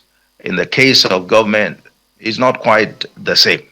The sensitivity, and the commitment to realizing getting the buck for your money is really not there. And there are a lot of constraints when it comes to government. For example, many times what you hear is the clamor for increase in wages. What you don't often hear is what does government get in exchange for that? Beyond the fact that, yes, there may be justification if you look at economic indices, but are we still going to be running away from, actually measuring the productivity of government employees? And every time you want to raise that issue of whether or not government even has more employees that it requires, you always meet a brick wall. It's always a very touchy issue. Yet, I mean, who pays a salary without, thinking of what he or she gets? Otherwise, you have a system where there are free riders, and you have a system where the benefits are skewed in favor of a particular group because you never get to measure what they are really, really bringing Okay, to the table. Dr. Shobodu, just a second. So, if I hear you correctly, you're saying that be it the labor union or the staff of the organizations should also be interested in the productivity of the staff into the organization. Because I think I heard Mr. Asugune also say something like, look, there is no worker who will see a productive organization and not want to add more value so that they can get more. So are you saying that it should be part of the responsibility or consideration of the labor unions in each organization that, look, you also should be interested in productivity? Oh, well, I mean, certainly. You can't, I mean, if we want to be realistic, you can't always be making demands, for wage increases without speaking to what contribution, the workers you are talking about are making. And quite frankly, to insist on that isn't necessarily to favor, the employer. It's in fact in the best interest of the employee, because one, you get to know what you are bringing to the table, or what your class, of employees are bringing to the table. That helps with negotiation. All right, that helps to take away any sentiment, because when the facts are on the table, then we can speak to the facts. And so it's in your best interest. Okay. It's in your best interest. Okay. Mr. Sugune, do you agree? Because there have been that argument that it's the responsibility of the employer to see to productivity, facilitate productivity of the organization. But then when the employer, for instance, puts its foot down and says, you're not being productive enough, so there's going to be some kind of consideration along this particular line. And then labor comes up and says, nope, we're not going to allow you to cut our pay because of this and because of that. What are your thoughts on that productivity angle to the conversation? See, when you have a fair system, first you must acknowledge it. The failure of government to even acknowledge the importance of productivity in every sector is also affecting the private sector. The best they can do, that we know that yes, value for money is given in private sectors. But I still tell you that productivity demand is solely in the hand of employer. Every invest in ministries, for example, in the public sector, they are failed to link up ministries to industries that should pay tax from the generated output that will eventually give money to government to offset wages. So they always pay wages from proceeds of oil, crude oil sales and all the rest, using one means of income to address all sectors of the economy. It is poor, it is unproductive, it is unacceptable. So we must continue to call on government to look into this performance-driven wage template in a manner that people will indeed know that they are working for money. And let me answer the question of union trying to resist. There is no, every industry, for example, has what we call condition of service. Condition of service is like a guiding rule. It's the guiding rule between the worker, the employer, and every activity that hosts in the workplace, including that a worker must be punctual to work. Do you know that if to the extent of overtime is also included in condition of service, such that you are meant to close by 4 p.m., but every hour put in place outside that will be paid extra money. That is increase in wage on its own. Normally, when you check any condition of service, the total wage for that industry will not accommodate overtime. But many companies, construction firms, production firms they pay overtime to their workers, telling you that they have a target. So they know they will make extra profit from your effort. So your input has already paid you. In government system, we don't have it in that order. So no union, no responsible union has or will resist discipline when it comes to just to be clear, Mr. productivity. Suguni, and I appreciate the perspective that you've brought in, but just to be clear, you're saying that it is not right for government agencies to not benchmark salaries against the productivity of their staff. Is that what you're saying? It is right to benchmark, but have expectation. You must have expectation. Failure to have expectation will convince the government that what they're paying now is reasonable. But when they benchmark with a target, they know that the government is not doing much. And because they are not doing much, they find it difficult to increase wage. Because to them, they are not earning anything in return from the workers. Whereas they have no target that workers should offer them. Go to the ministry, workers come to work in numbers, and eventually some of them may be found doing nothing. Whose fault? Is the employer. They are afraid to set target. They are afraid to link up their workers to action, so that the input of workers will have a return income to government. Take for example the airport we operate in this country. We operate several international and local airports in Nigeria. Yet we borrow money to pay their salaries.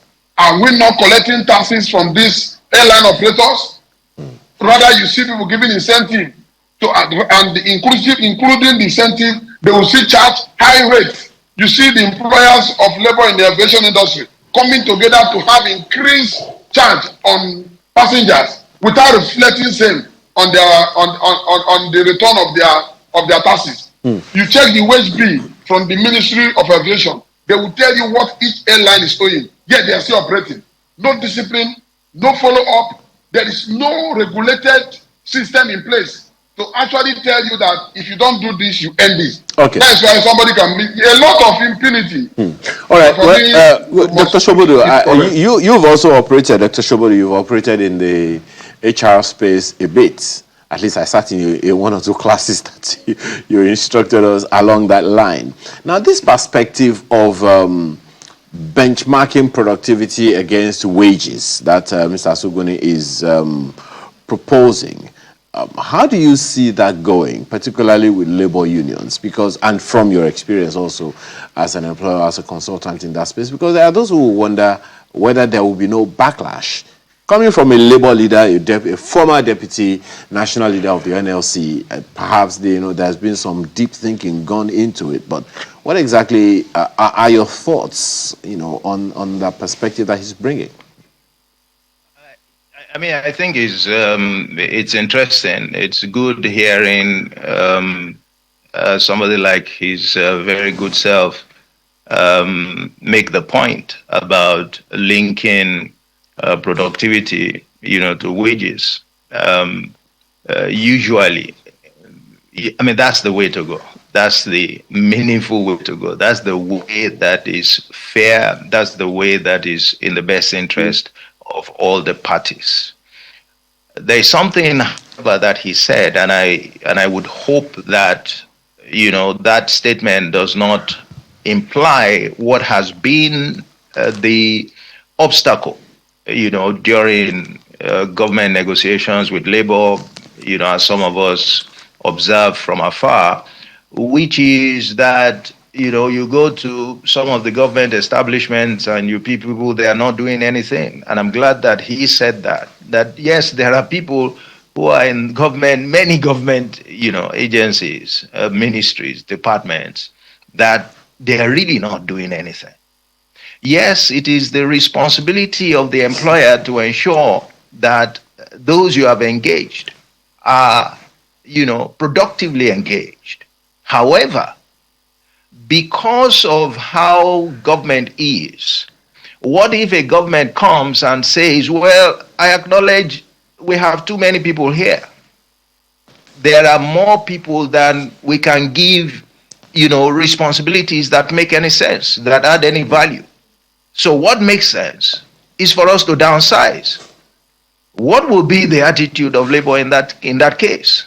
because it can't be that once I have brought in people, I must engage them. It also has to be that if somebody who was my predecessor, because of indiscipline and all the things we know, if they bring in people and suddenly you have people loitering all over the place and they are not doing anything, and many of us see that in our interactions with these ministries, we ought to also be able to say, hey, there are too many people here. Sorry, we have to let you go. That is not we don't get that kind of signal from labor that they are willing to accommodate things like that. Okay, let's check, frankly, Dr. Shobudu. I apologize. Let's check. Let's check with the labor leader. Let me just finish. Okay, go ahead. No, I wanted to just finish this. That if you want to increase productivity, those are some of the things you do. If an employer wants to increase productivity, when you find your people are not engaged, you disengage them. Productivity will go up. Okay. The measure of productivity will go up. All right. You can't just have people around and want to keep them, Okay. and somebody tells you you must find them something to do. No, it doesn't work that way. Mr. Sugode, what are your thoughts on that?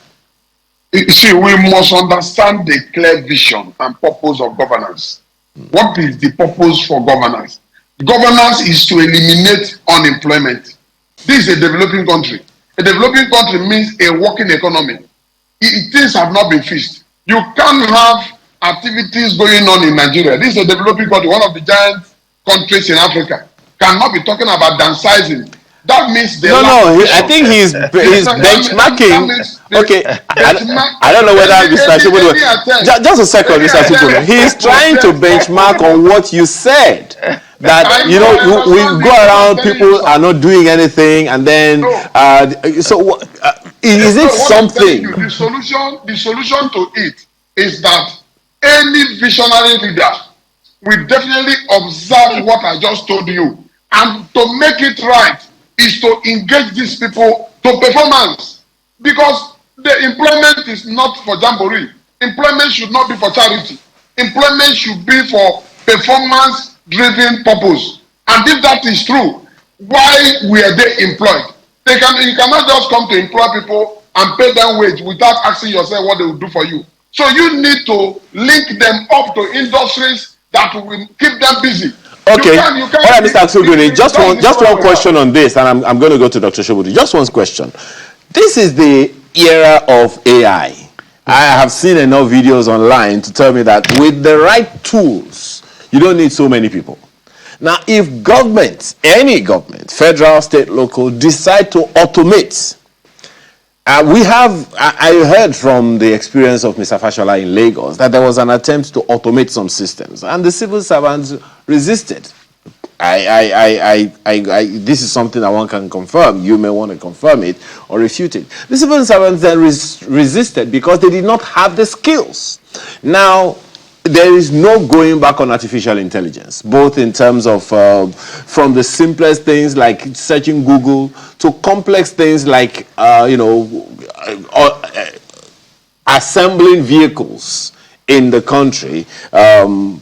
AI is taking over. There is no going back. There is no going back on that one. Should government, for instance, decide to automate, and some people decide that they cannot upskill anymore, would you say that the government should keep them, or, as you said, still find them something to do? AI, or call it, I use the word, I prefer this AI of maybe probably introduction of robot to do the work of human. For me, it shouldn't be promoted in Africa. We debated this matter in ILO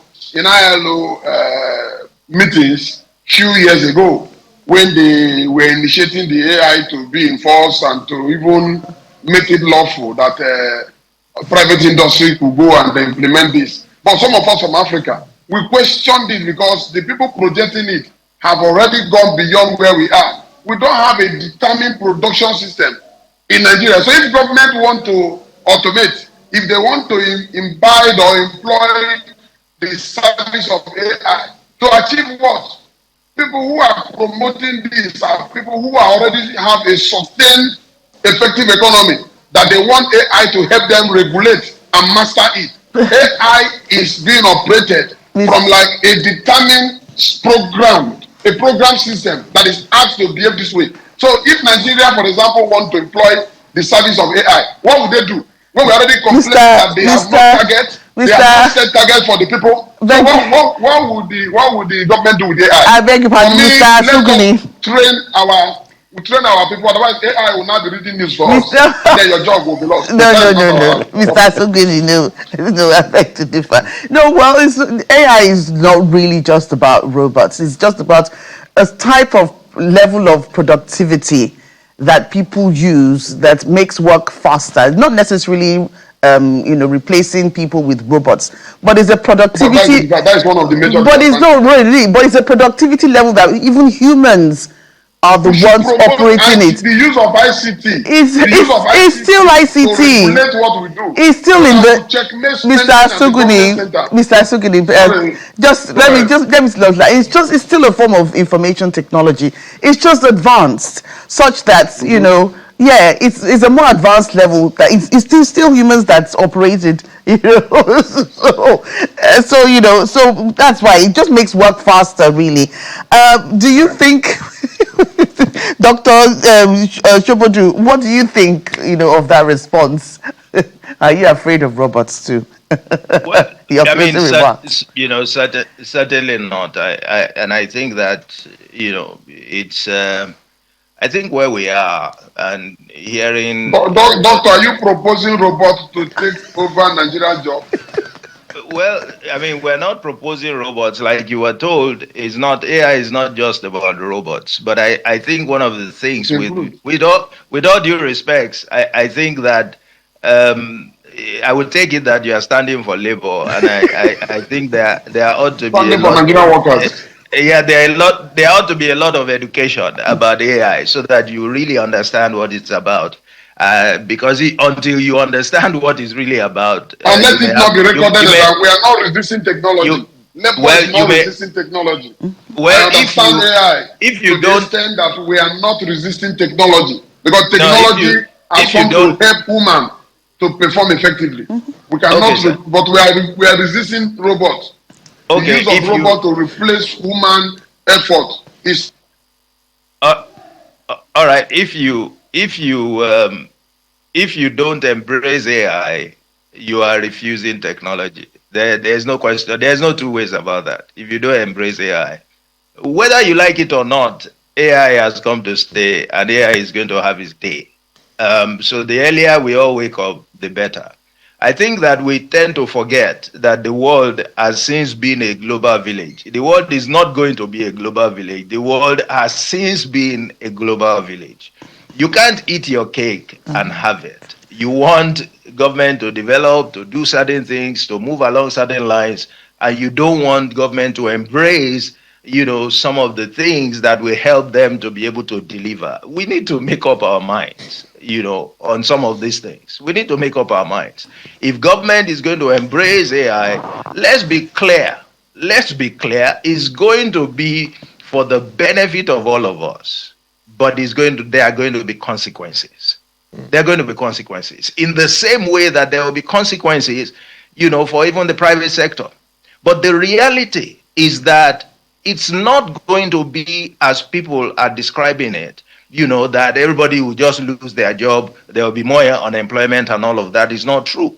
What is true is that there is going to be reallocation of resources. All right. People are learning new skills. People will find opportunities. All right. In implementing, AI in certain areas. It's because people don't really know what, the AI, I mean, artificial intelligence has to offer. That's why everyone has there's this skepticism, there's this, fear and all of I that. think we're already inching, Dr. Shoboda. I think we're inching towards another Yeah. national symposium on Yes. labor and AI.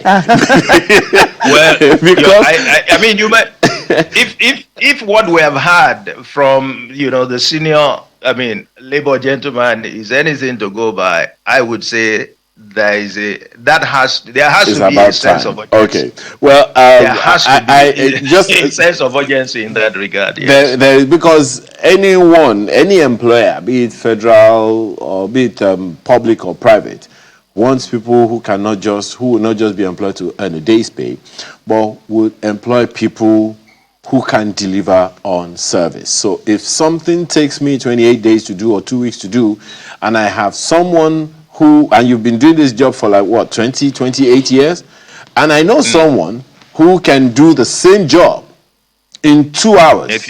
Something that has been done that takes you 2 weeks, 3 weeks to do, Mr. Sogone, even you would insist that, look, I want productivity over and above that. But then, this is part one of this conversation. We're always having part ones of this program.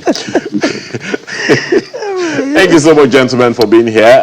Mr. Amicha Sugone is the Deputy National Leader, Deputy National President of the NLC, as well as Dr. Lajudi Tunji Shobodu, who is Leadership Consultant, Leadership Development Consultant. We appreciate your time, gentlemen. Thank you. Thank you very much. You're welcome. We look forward. Yeah. And talking about leadership development, children are leaders in the making. Yes. Leaders of tomorrow. Leaders of tomorrow. Tomorrow has come. In fact, tomorrow has become yesterday. Some of them never became leaders. But let's find out one of the important things they need to become the leaders that we expect them to be in a moment on our lifestyle segment.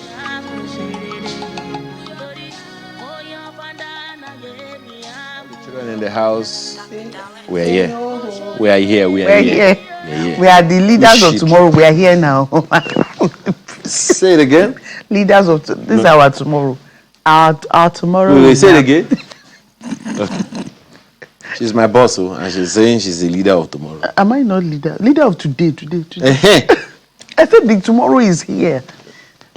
Tomorrow is here, which means today. We are not talking about children like you. Talking about children like me. I'm someone's child. She. Excuse you. Okay, so we're at our lifestyle, segment, and Children's Day this year was about fostering inclusive. Yes.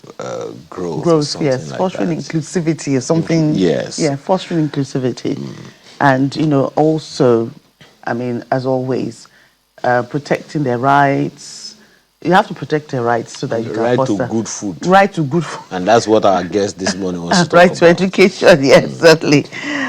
So we're talking about inclusive nutrition, which means ensuring that every child, regardless of their abilities, socio-economic background, or location, has access to the specific nutrient-dense foods required for healthy growth and cognitive development. It bridges the gap between basic survival and thriving.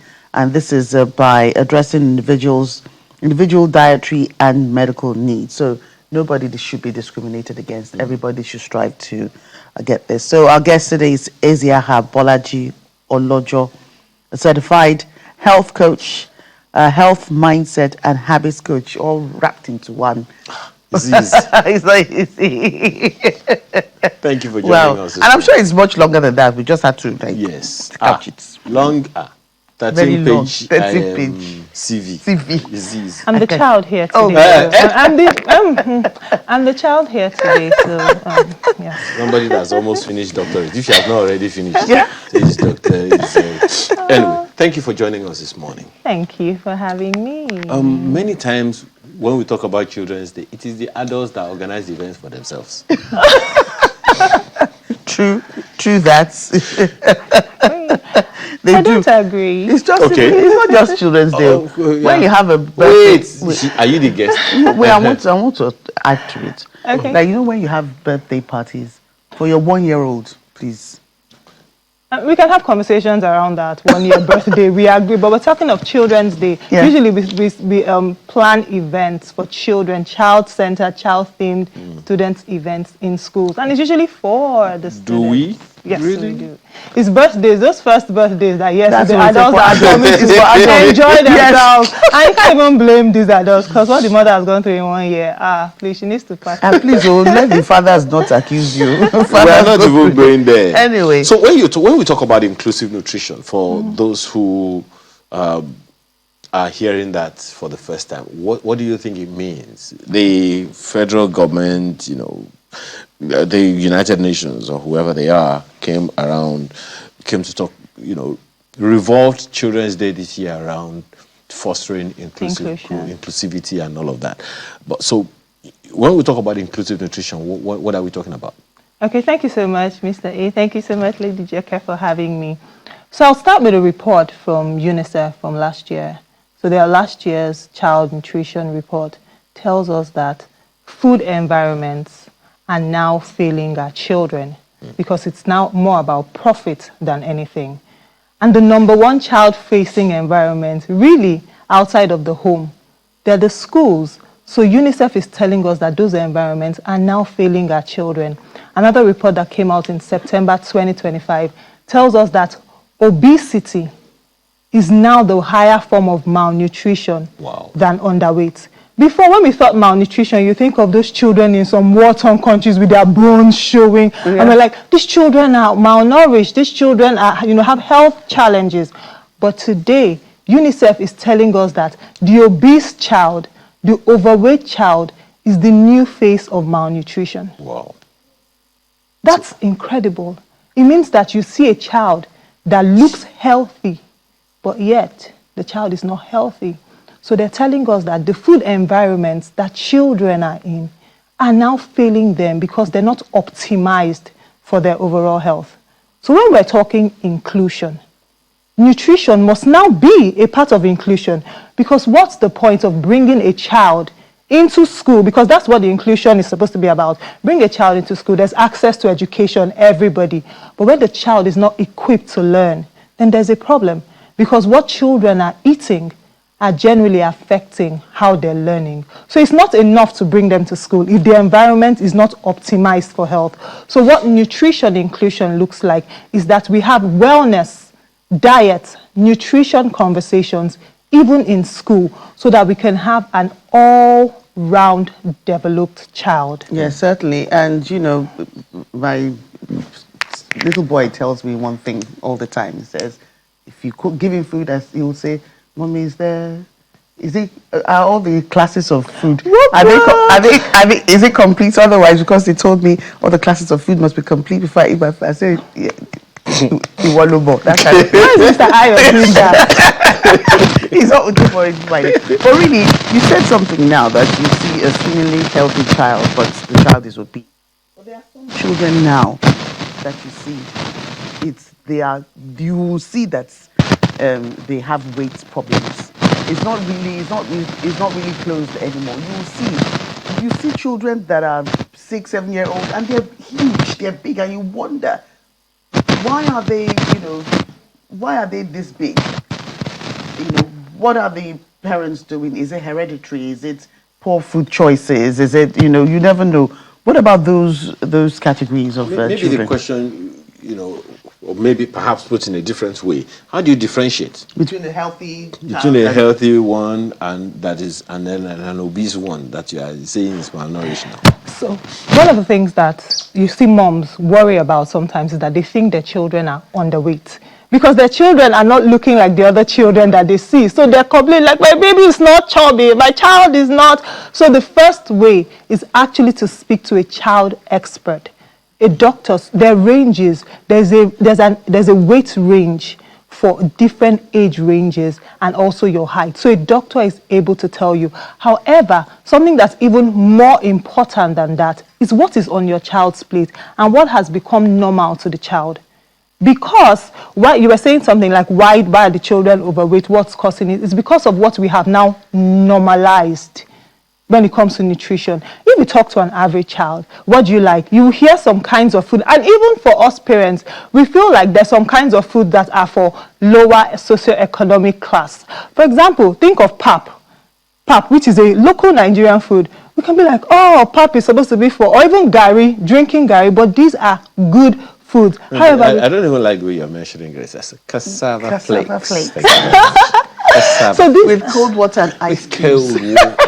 So when normalizing ultra-processed food, it looks like what, if I want my child to enjoy, then this is what my child should have. When normalizing junk-filled party packs, if the party pack is not full of all of these things, your child feels like, I'm at a disadvantage. If the child opens a lunch box and it doesn't have all this packaged stuff in it, it feels like, oh, all my friends have it, but I don't have it. So until the child's lunch box looks like an aisle, literally the junk aisle in a supermarket, we think that we have not arrived. And that's because we're normalizing these things, which is why UNICEF calls it food profit. It's now about profit, not about nutrition. So we're saying let's safeguard the environments that children find themselves. Number one, being the schools. What does that look like? Okay, what do you allow when it comes to the lunch boxes of the kids? One of the things that schools do, they can say things like, oh, Mondays and Wednesdays are fruits and water days. I don't know if you have things like that. Yeah, we have that. What we're now saying, if I can join my voice with UNICEF, is to say every day should be fruits and water day. Every day. Every day should be it. Why are we putting it in a corner like it's supposed to be the thing that we added? But you know, my apologies. Perhaps the challenge that some schools may now consider is parents costs, because some parents are going to tell you we can afford it.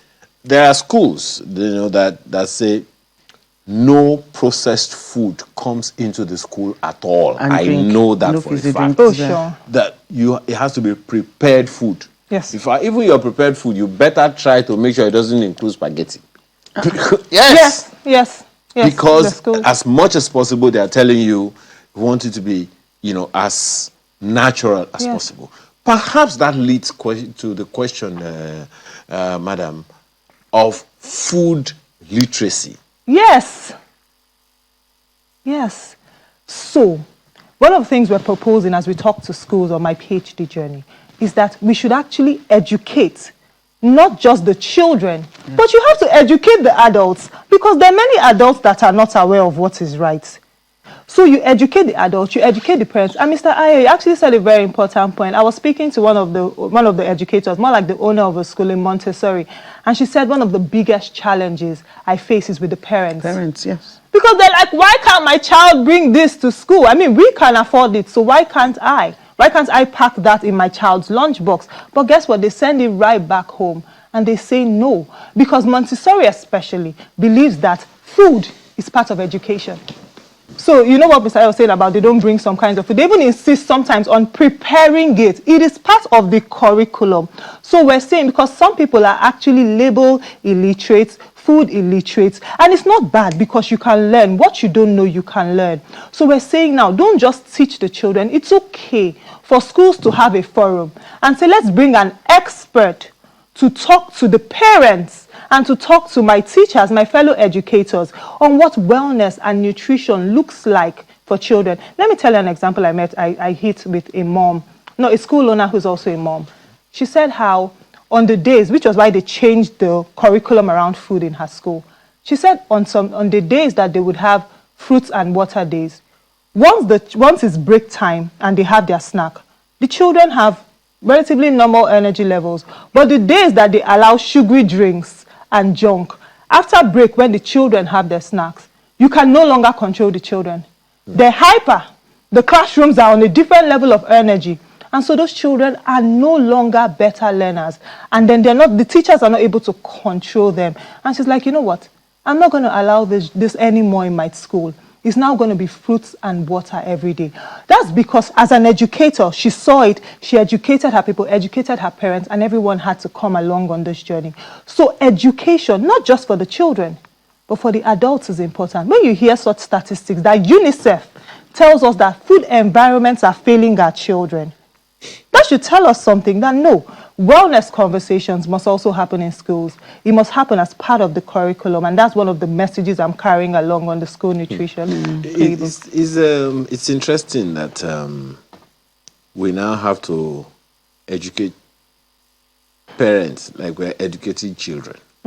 Unfortunately, there is no school of parenting that is administered by the Federal Ministry of Education and Health.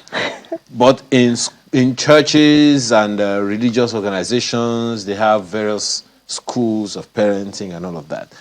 Getting parents also to be interested in that kind of thing would be quite a chore, isn't it? It would be quite a chore, but one thing I do know is that research data actually makes a difference. So we're not just coming to tell you advocacy and tell you passion.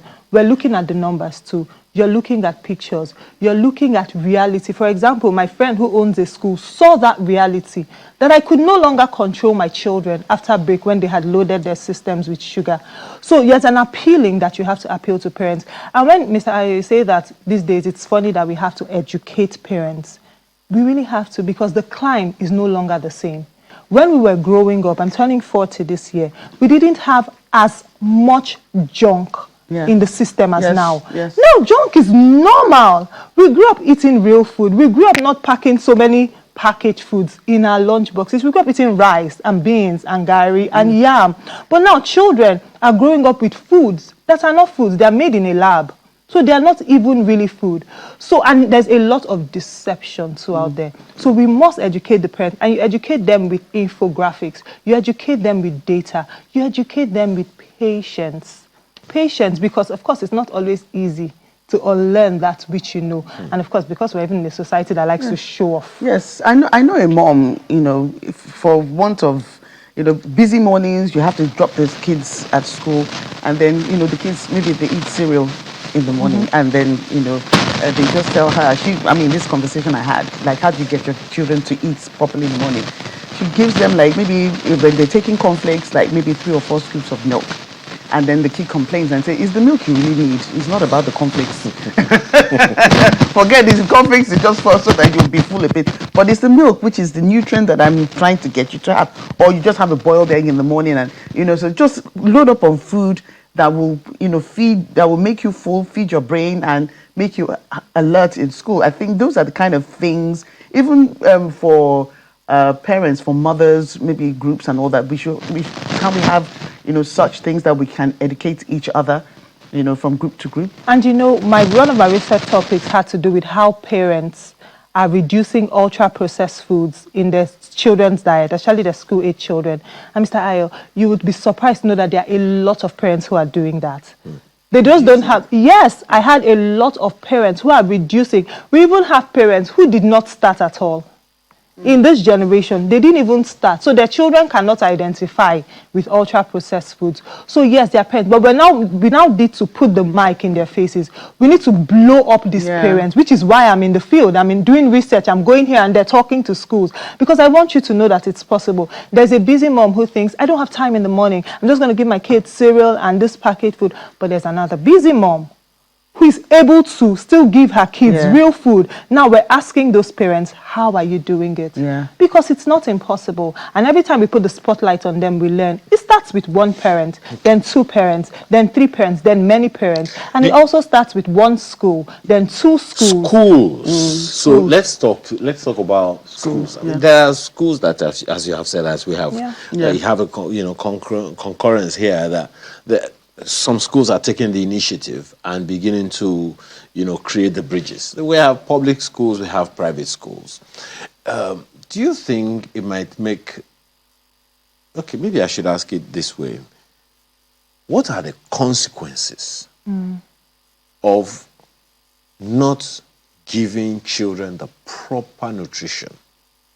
What are the consequences in 5 years, in 10 years, in 15 years, in 20 years? What are the consequences of poor nutrition for children, aside from diseases? Aside from diseases. So I like to tear it across the consequences for children, consequences in the learning environment, and consequences to the parents. So for the children, they're not able to concentrate in class. So they're not really learning as much as we think they're learning. So you have children who are not well fed, and they come to school and they are sleepy. Their heads are on the table, they're not able to grasp as much. And that's not what we want to do with children. We want children who are not just intelligent, but they're healthy. So that's it for children. If you look at the teachers deserve to have classrooms they can manage. Once a child is jumping around or the child is not able to give the attention, teachers who are passionate about their work feel that and not able to impact the right knowledge to the children. And then when you look at the parents, Once children start to eat a lot of ultra-processed foods, you have more school day disruptions, meaning that they're not able to come to school because they're sick. The parents are spending more money in the hospitals. And of course, which parent wants to waste their money on something that they shouldn't have even spent the money? There's that. Then there's the impact of the health on their health for children now. I'll give you an example. A doctor was telling us how a child came in at 6. First of all, she was grossly overweight, but she was also already menstruating. That's early puberty, yep, 6 years, and she was weighing about 90 kg. What? Yes, yes. And then the parent is thinking, oh my God, someone must have molested this child. That's why she's bleeding. And when they check, they realize that no, it's early menarche. She's actually menstruating early. So we're seeing children hit puberty earlier. Do you know what that means when they're older? Some of them will have fertility issues. Yeah. It's food. It means that my girl child, who is bringing out breasts earlier and looking all of that, and we think, oh, she's maturing. We're actually setting her up for fertility issues in the future. So it's not just about now. It's about the future. And because we love our children, we don't want that for them. Well, there's something that you people always do when you come here. You scare us. You scare us. But let me just believe that, you know, the lessons have been learned by a good number of people who have listened to you this morning, because we didn't even know. Many people don't even know how serious and how impactful nutrition is on their lives. Thank you so much for your time this morning. Ebola Geology is a certified health coach and health mindset and habits coach. Mindset. Okay. Another matter for another day. Thank you again for your time. Thank you so much for having me. Okay. When we return, we want to talk to a former child. Stay with us. We'll be right back.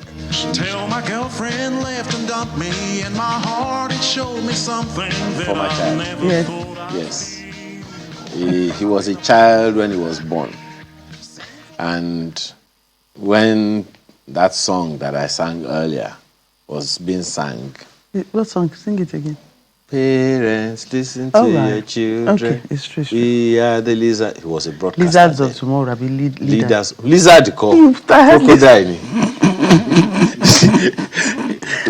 He was a broadcaster at the time, playing that song on radio. You can tell. Yeah, while I was in primary school. I say, singing parents, listen to your children.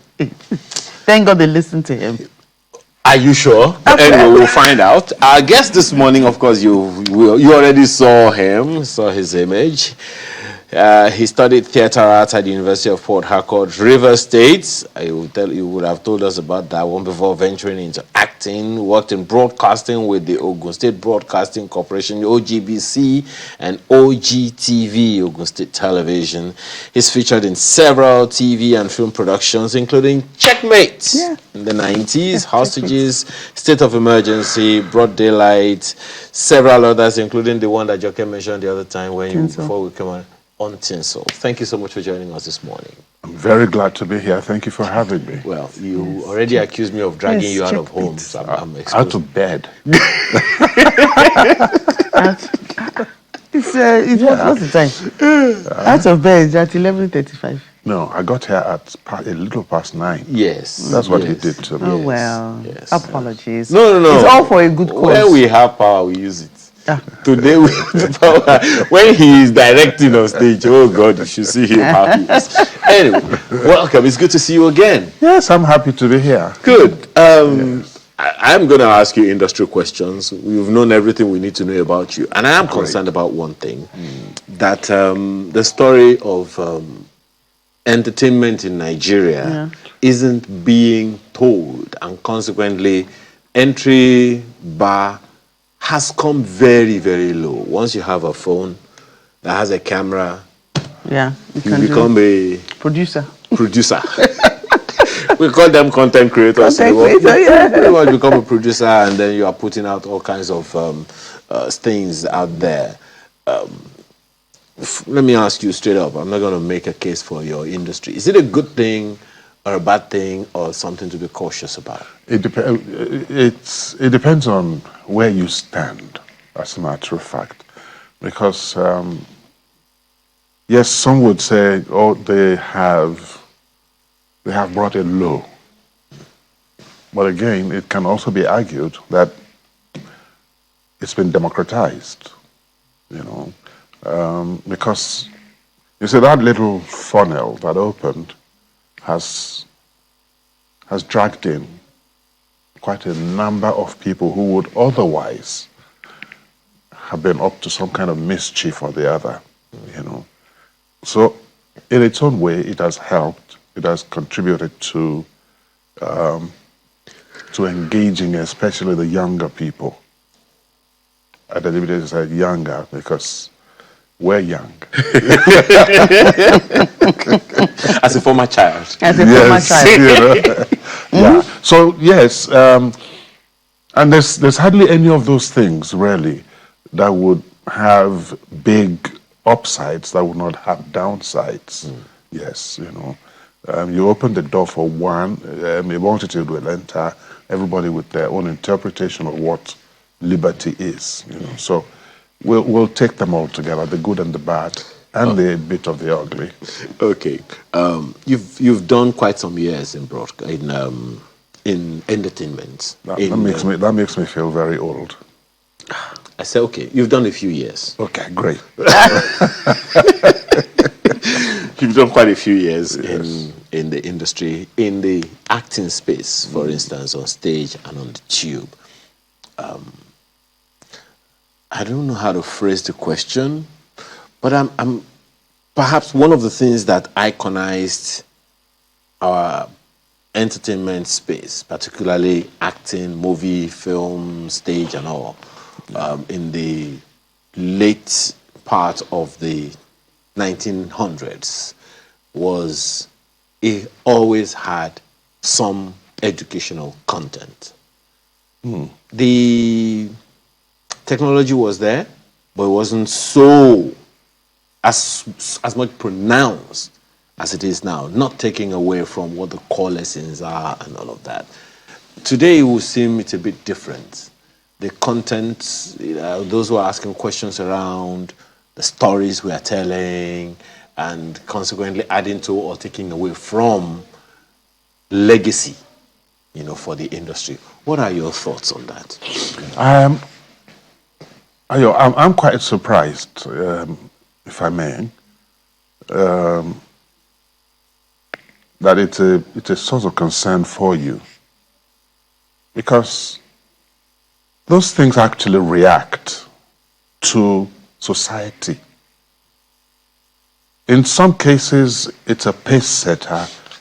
On many other occasions, it's just reflecting back the image of the society to us, So if in the late 1990s to early 2000s, we seemed to have churned out projects, television and film projects, that followed the tradition of entertain, educate, and inform, It was what we were at that time. We still had some anchor in the homes. We're still committed to building relationships and so on, These days, I don't think it should be surprising that it is different, totally different. There's been a lot of abdication. People have gone to be like the Joneses. People want to live like the fantasies that they read in novels and watch on other movies and stuff from everywhere else in the world. Nobody has time for those things that happened in the late 1990-something and early 2000s. How about the consequences of all of that? China refused to allow too much of the infiltration. India still has a way of protecting its own cultures, values, and all, even though, of course, there's been some infiltration, but not to the extent of totally eradicating or obscuring its cultures and traditions. No, you're not asking us to censor content, are you? We can censor morality. Yeah. But you cannot censor stories. You can't censor what? So what it means is we'll be producing projects for society, forcefully directing them, tunneling all of them towards one narrative, one mono-narrative. We can't be. It's honestly. working for Germany. It's working for Russia. It's working for North Korea. And they're not major film producing companies. But they have their cultures are insulated. No, Their maybe not. identities are Maybe not. insulated. Maybe not as well. You see, because I think there are two conversations in one. In this one, it's a different thing to discuss culture and how we may be losing quite a bit of it. That's the agenda. Especially in terms of values that defined us as Nigerians, irrespective of ethnicity. We had values. That's totally different from saying produce movies, produce television projects that will we're shooting a lot of those things that are talking about our culture now. Whether we are getting the interpretation of that culture right is another conversation entirely. Okay. But we are doing things in that regard. There's constantly conversation about it all over. Even on social media. Check out radio stations, for instance. You know, there are dedicated Yoruba stations. They don't do anything else. And they discuss a lot of those moral issues, they discuss values and so on. And they're also on social media, those stations, you know. So people, I think to be fair to everybody, people are trying. That does not excuse the people, again, in the business who have total disregard for the things that make us Nigerian. That make us promote those cultures you're talking about. Yeah. So is there anything you think that can be done in that regard? Because just as you said, our culture is our identity. Yes. We lose it, we lose everything. Yeah. So, and now, especially now that the world is tuned into Nigeria's entertainment, or a Nigerian entertainment, what do you think needs to be done? So that I do not even start to sound like I'm making a case for people to just pick up their camera, go to one bush somewhere and shoot something. No, that's not what I'm saying. I'm saying that without any, I think some people are intentionally producing things that are anchored on the conviction that they have that the culture has to be preserved. There are the commercial producers as well. If people want to help their own culture, what all those countries that you talked about have been doing is they put their money where their mouth is. The average Nigerian producer, you don't want to hear the story of how they get money to produce whatever you see on television or in the cinema. It's a mad, mad world. It's incredibly difficult. Incredibly. So when that happens to you, you chased money, you finally get it, and so on. I can bet you that you're not going to be considering anybody's culture. You're not likely to be considering anybody's morality. What you're chasing is likely to be numbers. And where are those numbers? It's among those young people. About 70% of our population as a country. That's a market you can't ignore. Absolutely. Right. Yes. So you produce things. Older people like my generation hardly ever even get jobs these days. Because they don't want to listen to you.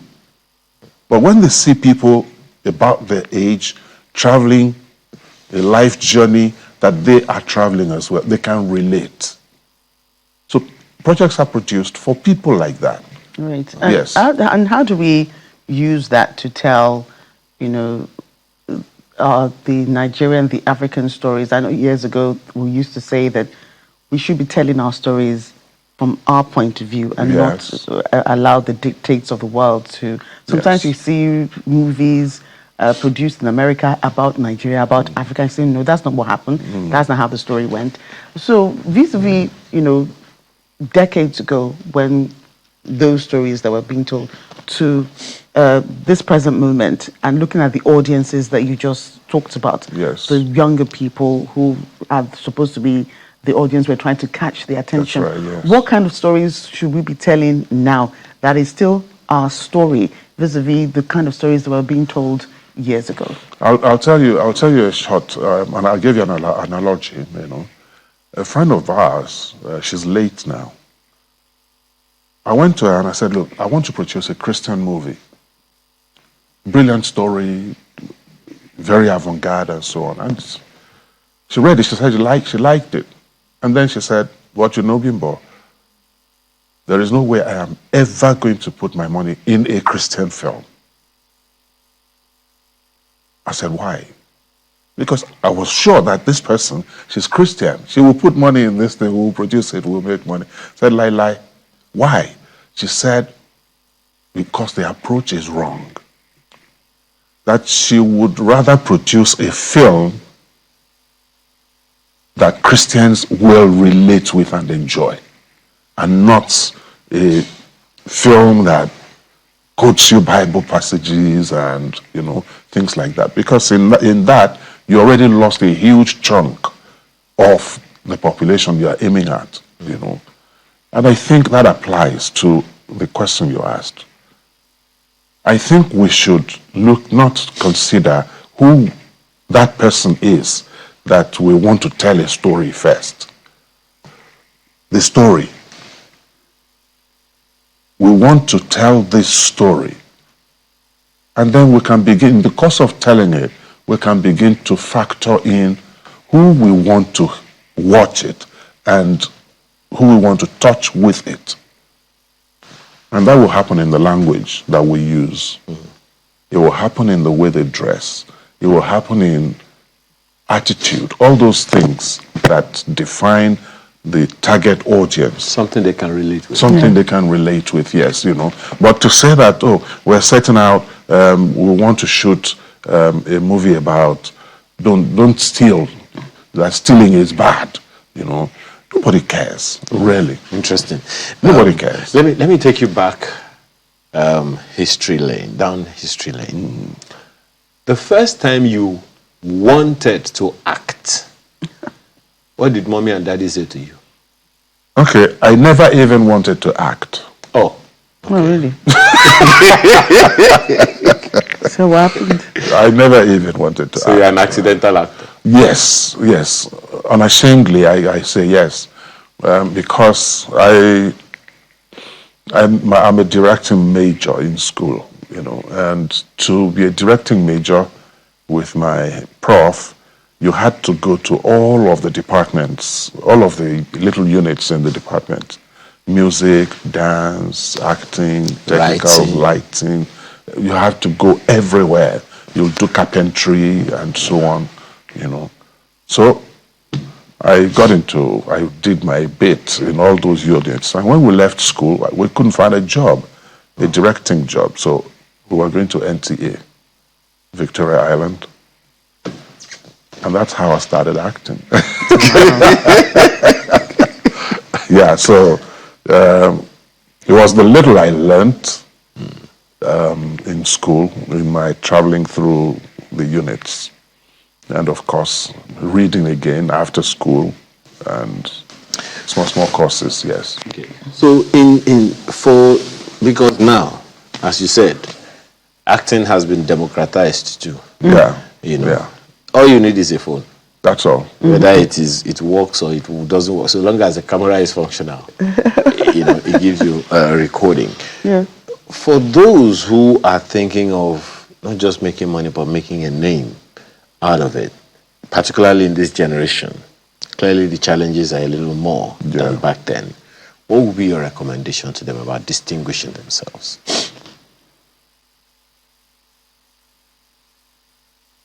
Old school. Go to school.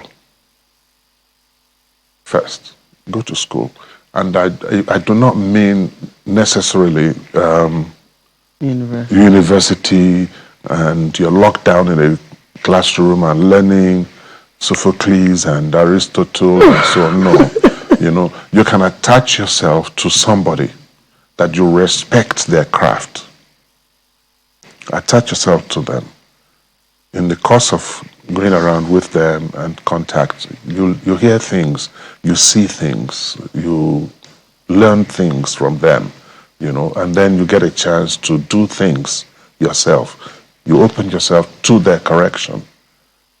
Because you have to be open to correction. Otherwise, you're already lost before you started, you know. Yeah. I think that is it, basically. Go to school first.